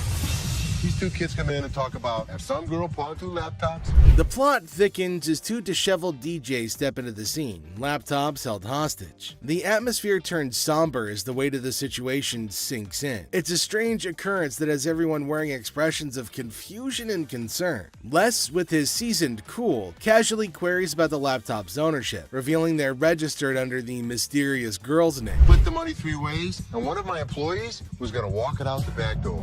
Either this is a new way for my employees to steal from me. To contact the owner because we want to. I am the owner. I'm just trying to switch the ticket so she can't have money. And it's in her name. No, that's why I wanted to know if I can't do it. The tension rises, but Les doesn't crack under pressure. Maturely handling the situation, he asserts that he needs the lowdown to work his magic and get those laptops back where they belong. It's a pawn shop mystery, and Les is the detective determined to unravel the peculiar case of laptops and loyalty. Tame a woman at the counter. Let's see what she's gonna come up with. Is she asking for free money? I think she might possibly be mad, though it is kind of funny that she's got enough courage to come up and ask for money without investing anything. Now, the lady at the counter frowned and asked her if she paid or not. Intriguingly, she hasn't paid anything, but she's still asking for money. And to make matters worse, she started shouting at her. Everyone around started looking at her, wondering what the hell was going on. Seth and Les get a little furious as everybody's just standing around trying to figure out what's going on. She started bullying her, but the lady tried to explain to her again that she misunderstood the agreement and they're not just gonna give her free cash. But this lady's just not listening to anybody. Well, Seth then enters, so who knows what's gonna happen now, the whole document or not, and she was not listening and constantly arguing and pointing to them as if they had done something wrong. Meanwhile, other women decided to intrude, and oh my god, it's gonna be funny. Looks like they've all decided to have a fight in the pawn shop. Wonder how that's all gonna end. And it looks like now see the other women get in and start shouting at her as everybody behind her was waiting for her to get out of the queue. So they started fighting, and now they're all having an immense fight. Everybody around is watching and laughing at them. Well, the guard had to go and break everything up. Well, at least they're all gonna get treated the same way, especially the one who created the mess. Pretty sure they're gonna hold him up and throw him out. And there they go, they're still shouting and fighting with each other as well. They were sent outside and they started beating on each other, holding each other by their hair. Man, they beat the crap out of each other, and people around them were just watching and waiting and having a curious but funny conversation about their nonsense. Talk about a hella cringe episode. It's Robert. Nice to meet you. Nice to meet you, Dennis. Yeah, I got an item here. Might be interested in. Okay, so there's a guy coming into the pawn shop with something in his hand, maybe a poster. But what's it for? He came to Seth and the other man and showed them this poster. Now it feels like they're interested in it, and there might be a handsome deal between them. Detroit Lions players had signed. Did you drag it in? So during the flood, I seen it down there, and that's when I pulled it out. She went down there and she supported these people, and while she was walking the picket line, she would gather signature. You got Williams over here. That's what, Steve Farkas? This is the first time a guy actually brought in, and I just got on the picket line because I'm on strike right now myself. We've been on strike for almost 3 months now. $1,000. He started describing the poster that's mainly about the protest of people in history, and it's got lots of signs of well-known people and has got a lot of worth. He explained everything in one go and demanded a heavy amount for it as it was really valuable to him. Seth told him that it's got some stains on it, and it's no doubt the same poster of historical strike, which made it worthy, but for him it might make a lot of difference. Hate the condition of it. I understand that. You gotta understand when it comes down to collectors, everything is about condition. Absolutely. And I'm sure if your dad saw this, jump on the heartbeat. Seth and the man explained that it's not about the worth that he's asking for in terms of thousands of dollars, but it's also about the condition of the poster, and it's not in a very good one. The man is continuously arguing that it's got signs all over it. If Les has seen it, that he'll definitely be surprised and definitely pay more than $1,000 bucks. Well, as for Les, he just came in. Sharper. They need to make an effort. to close these deals quickly. Through my research in that, I seen personally that one just like this, Minto, and he got $950 for it. Right, so if that was mint, why would you want $1,000 for this? He only had one signature. I have at least a dozen. But with this tear up here, Yeah, and the and condition it's in, the water stain on the bottom, it's just a hard thing to sell. Yeah, but even though it's in this condition, how many of it exist? Very rare. And it's uncertified. Right. You know. I'll sell for $5. Les judged the entire piece and told him that he's asking for too much. And later on, they further described that it's torn from the top and the bottom. And it's also got damage and they can't pay more for it. But he still won't agree to pay for it. But he did say that he'd charge $500 off of the amount, but they couldn't reduce it any further. Value? Let's make a deal. $75? No way. Who's gonna buy it from you? I'll just put it back in my basement, let it collect dust. Offering you just $100 cash money right now wouldn't make a difference, you're saying? 200. Nobody in life is ever gonna offer you more than us. According to Seth, it's a historical and cool piece and might be a profitable deal for them. So he asked the man if they'll pay $750 for it. But the man was stunned and said that they're paying too little. He said that you should pay more, but Les is arguing that no one can pay you more than this. Change your mind, we'll honor the 100. Which would you prefer, 520s or a $100 bill? 520 seems like more, wouldn't it? 520s. That's to me. 520s right now. $100. Take it or leave it. 520s. Got a deal. $100. Thank you. All right, man. Thank you. There's no question, it's a one-of-a-kind piece yet. It's a little bit of damage on it, but it's got a lot of autographs. I know we're gonna make a profit. He asked for $200, but no, it's not going to be a good deal, and they told him to leave. The man in need got a severe shock and held up the poster thinking. Les again said that they can't pay more than $100, and after some time of quietness, they agreed to the deal. Finally, the happy deal was made.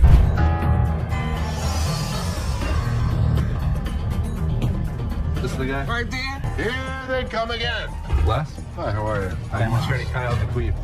So there's a man, probably an attorney with two ladies along, coming inside towards Les at a pawn shop. Now, Les knew about it before. He asked for Les, and fortunately, he was at the counter. He asked why they had arrived at the store. She's retained me to represent her in regard to a ring. Okay. My client brought in a $10,000 ring here, and she wants to either collect the remaining money owed to her on the ring or get the ring back. She's got a receipt. Let me right explain here. to you. This is a counterfeit ticket.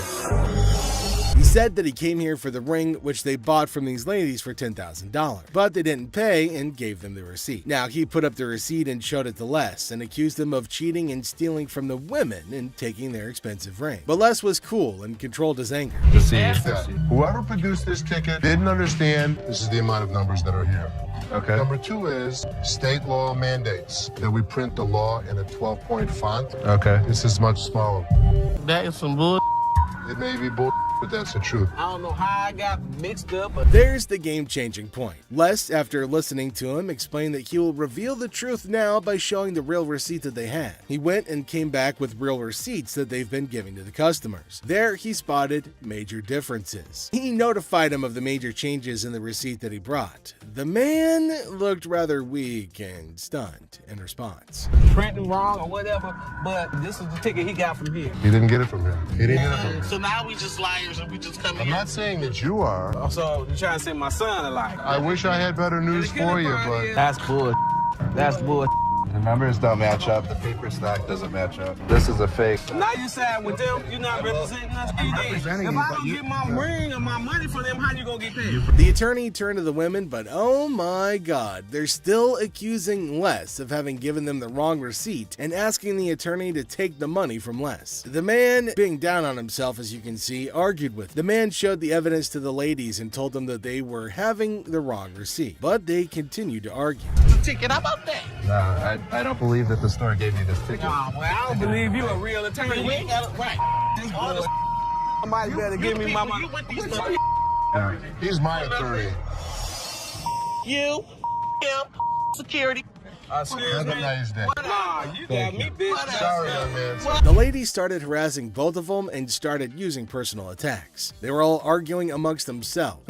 Pretty crazy. The attorney went back as he can't do anything for the ladies. As our unsuspecting customer strolls into the kitchen at chaos, little does she know what's cooking today. Ashley, patiently bracing herself for another round of absurdity, politely inquires about what the customer's looking to offload. The girl, blissfully unaware of the purse's actual value, confidently suggests a price that's almost a steal. deal. So if it wasn't worth And now the plot thickens. The lady asserts that if Ashley truly understood purses, she'd gladly accept the offered amount. However, Ashley standing firm in her claim that the purse is torn, and it's time to cue the drama. Ashley throws out the bold figure of $50, and it hits the customer like a curveball she wasn't ready for. Feeling the heat, our lady teeters on the edge of diplomacy and blurts out the unforgettable line. She labels Ashley a pepperoni ass and decides that she'd rather chat with anyone but her. Talk about spicing up negotiations. 3 males walked into a pawn shop. One of the suspects stood at the door as a lookout while the other 2 suspects walked directly over to the display cases. So, like, these 3 guys roll into the pawn shop, just casually strolling in. The other 2 guys, they head straight to the fancy display cases. It's all got suspicious vibes. And then, bam! One of them whips out a sledgehammer and starts smashing the glass. Things are starting to get pretty wild. At some point, a customer from the place is seen leaving calmly while the lookout tells her to hurry up. The suspects appeared to be wearing heavy-duty gloves in order. At one moment, a person from the shop strolls out all calm, and someone's keeping an eye on her, urging her to speed up. The people thought to be involved seem to have on these tough gloves, maybe so they don't get any cuts. Not to get cut while removing the glass from the cases. Both suspects placed the jewelry and many other valuables in the bags. So when they took off the glass from the cases, both of them put the jewelry and lots of other valuable stuff into bags. After that, they hightailed it out of the store in a black Mercury Marquis. Case at? Where the case at? Where is it at? Where he put them on? A guy storms into the pawn shop all worked up and starts shouting about a missing case. He's demanding to know where it is, and he appears to be accusing the staff of removing. The feeling of stress in the air is increasing, and it's obvious that something is wrong. You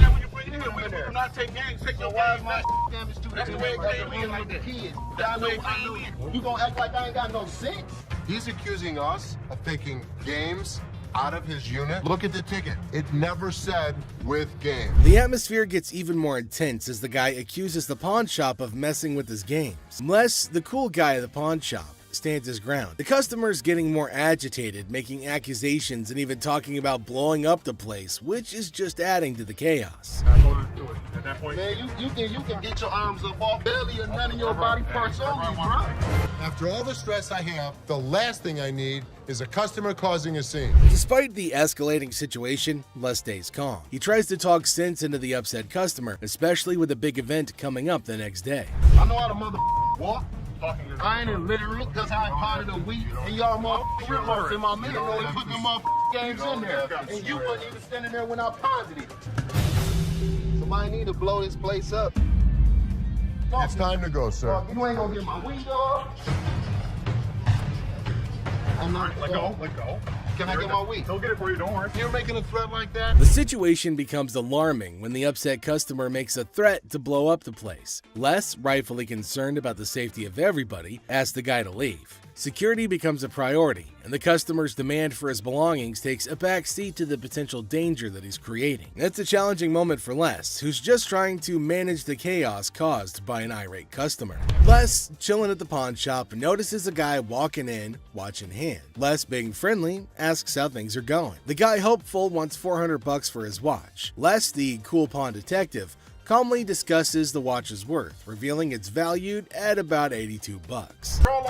The negotiation heat rises as the guy insists on $400, but Les suggests $7. The guy, pleading and sharing his life story about a baby on the way, asks for $400 again. Les stands firm, offering him the same price, which leads to a bit of yelling. The guy, feeling frustrated, calls the place bull ass and expresses his The tension escalates, and the guy feels disrespected, using strong words and even threatening Les. Les, staying cool, suggests maybe he should have been given $400, hinting at a broken lamp that needs payment. The situation gets intense, with the guy considering if he should have taken the deal. The guy, still upset, leaves the shop, but not without some fiery words. Les reflects on the encounter, realizing maybe he should have given $400 to avoid the chaos. The drama ends, leaving behind a mix of emotions and a used watch. Life at the pawn shop remains unpredictable and full of surprises. A person walks into the pawn shop, catching Les's attention. Things start getting interesting right away. The person wants $500 for a ring and shows it to Les. Les, being curious, asks where the ring came from and why they want to sell it. The person gets really mad when Les asks questions. The intensity in the air rises as the person angrily explains why they're selling the ring. Les stays calm, making it a surprising and dramatic moment in the pawn shop. And make a scene. Oh boy. I see you sweating. Yeah. Must be hot outside. No, I was doing karate outside. You're doing karate? And judo. I'm Bruce Lee's sister. Really? Yeah. As the door jingles, a woman strolls into the pawn shop rocking winter clothes in the summer heat. Now she's chatting with Les, teasing him about the sweltering weather. She even claims to be a martial arts pro, throwing around Bruce Lee's name. The banter kicks off with a request for a karate move demonstration. She said she was Bruce Lee's sister. So what you got?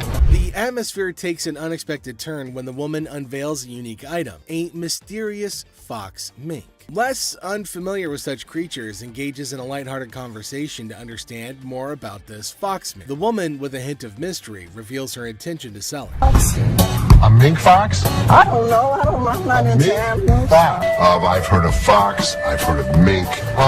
So fox mink. Did you want to pause? As the conversation unfolds, Les dives into the details of the fox mink, trying to grasp its worth. The woman shares anecdotes about the origins of the item, painting a vivid picture of its history. Les, playing the role of the detective, subtly negotiates and gathers information to figure out the best deal. Sell it. How much did you want for it? $50,000. The encounter concluded with the woman deciding to part ways with her fox mink. Les, using his seasoned charm, finalizes the deal.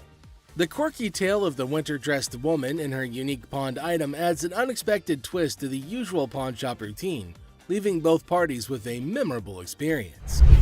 Woman comes in to sell me a high-end bottle of liquor. Ma'am, I'm Is that what you're saying? You have no respect. When you want to take a person when they die, Fit the liquor inside the bottle. and anytime you're going to belittle a person. Ma'am, I didn't belittle you. As the door chimes, the woman confidently walks in, clutching an empty liquor bottle. She aims for a bold move, attempting to pawn the bottle for a cool $100. Les, with his discerning eye, swiftly rejects the proposal, explaining that a filled bottle would fetch a better price. The woman, not thrilled with the response, raises her voice, demanding respect and expressing her discontent. I'll give you $100. It's not worth more than $100. Especially when you say I wouldn't give you $100. Don't you ever walk up to my Baby, dad. hey, baby, don't point your finger. Life after this, Ma'am. don't you dare ever Ma'am, come in you here are again. in my face. I don't care. You're in my dad's store, and don't you ever think about coming in here You know again. what? Turn your ass around, badass out the door now. Nowhere, Ashley steps up like a superhero. Now, she doesn't just cool things down, she straight up shuts the woman down. With confidence, Ashley tells her to leave and never come back. Suddenly, the chaos turns into quiet thanks to Ashley's quick and firm action. Son of a bitch. Where the hell is he? Rich! He's on the floor. People are waiting to pay us for their merchandise. He's not there. We're losing money. I'd had Rich's back. In the heart of the pawn shop, Les faces a moment of frustration and disbelief. The absence of Rich, a trusted ally for over 2 decades, leaves Les feeling betrayed. The urgency of customers waiting to make payments adds to the tension, and the weight of loyalty becomes a central theme in this unexpected turn of events. Since the first day he came here, over 20 years ago. I feel betrayed. Didn't I just have an employee meeting to tell everybody that they need to step up on their game? I'm watching you and Bobby J talk to these 2 girls. You're out there trying to sweet talk them, trying to bullshit with them. I'm looking for you in layaway. Where the hell are you? I gotta sit in layaway all day long and just wait for something to happen? As the minutes tick away, the atmosphere inside the pawn shop grows more intense. Les reflects on his long-standing support for Rich, highlighting his sense of loyalty that spans a quarter century. He recalls a recent employee meeting where he emphasized the need for everyone to step up their game. Disappointment and frustration seep into his words as he confronts the situation, a pawn shop mystery intertwined with personal and professional loyalties. I'm watching you and Bobby J talk to these 2 girls. They're out there trying to sell their jewelry. You're out there trying to sweet talk them, trying to bullshit with them. They end up walking out the front door. You put me in a position that you were the next to go. In this pivotal moment, Les delivers a stern warning to a fellow employee, Bobby J. The scene unfolds with Les observing interactions and attempts at sweet-talking customers. The threat of termination determination looms as he recounts the consequences of letting down the team. The dialogue underscores the severity of the situation and the potential impact on job security. Tension rises as Les grapples with the repercussions of the unfolding events. Rich, I'm out. Tell your dad to off. You up your job. As the confrontation escalates, Les draws a line in the sand. The ultimatum is clear: compliance or termination. The final seconds capture the raw emotion and frustration of a loyal employee who feels unappreciated and misunderstood. He knew he was in trouble once we walked through that door. Joe, what did you steal from me? Tell me the truth.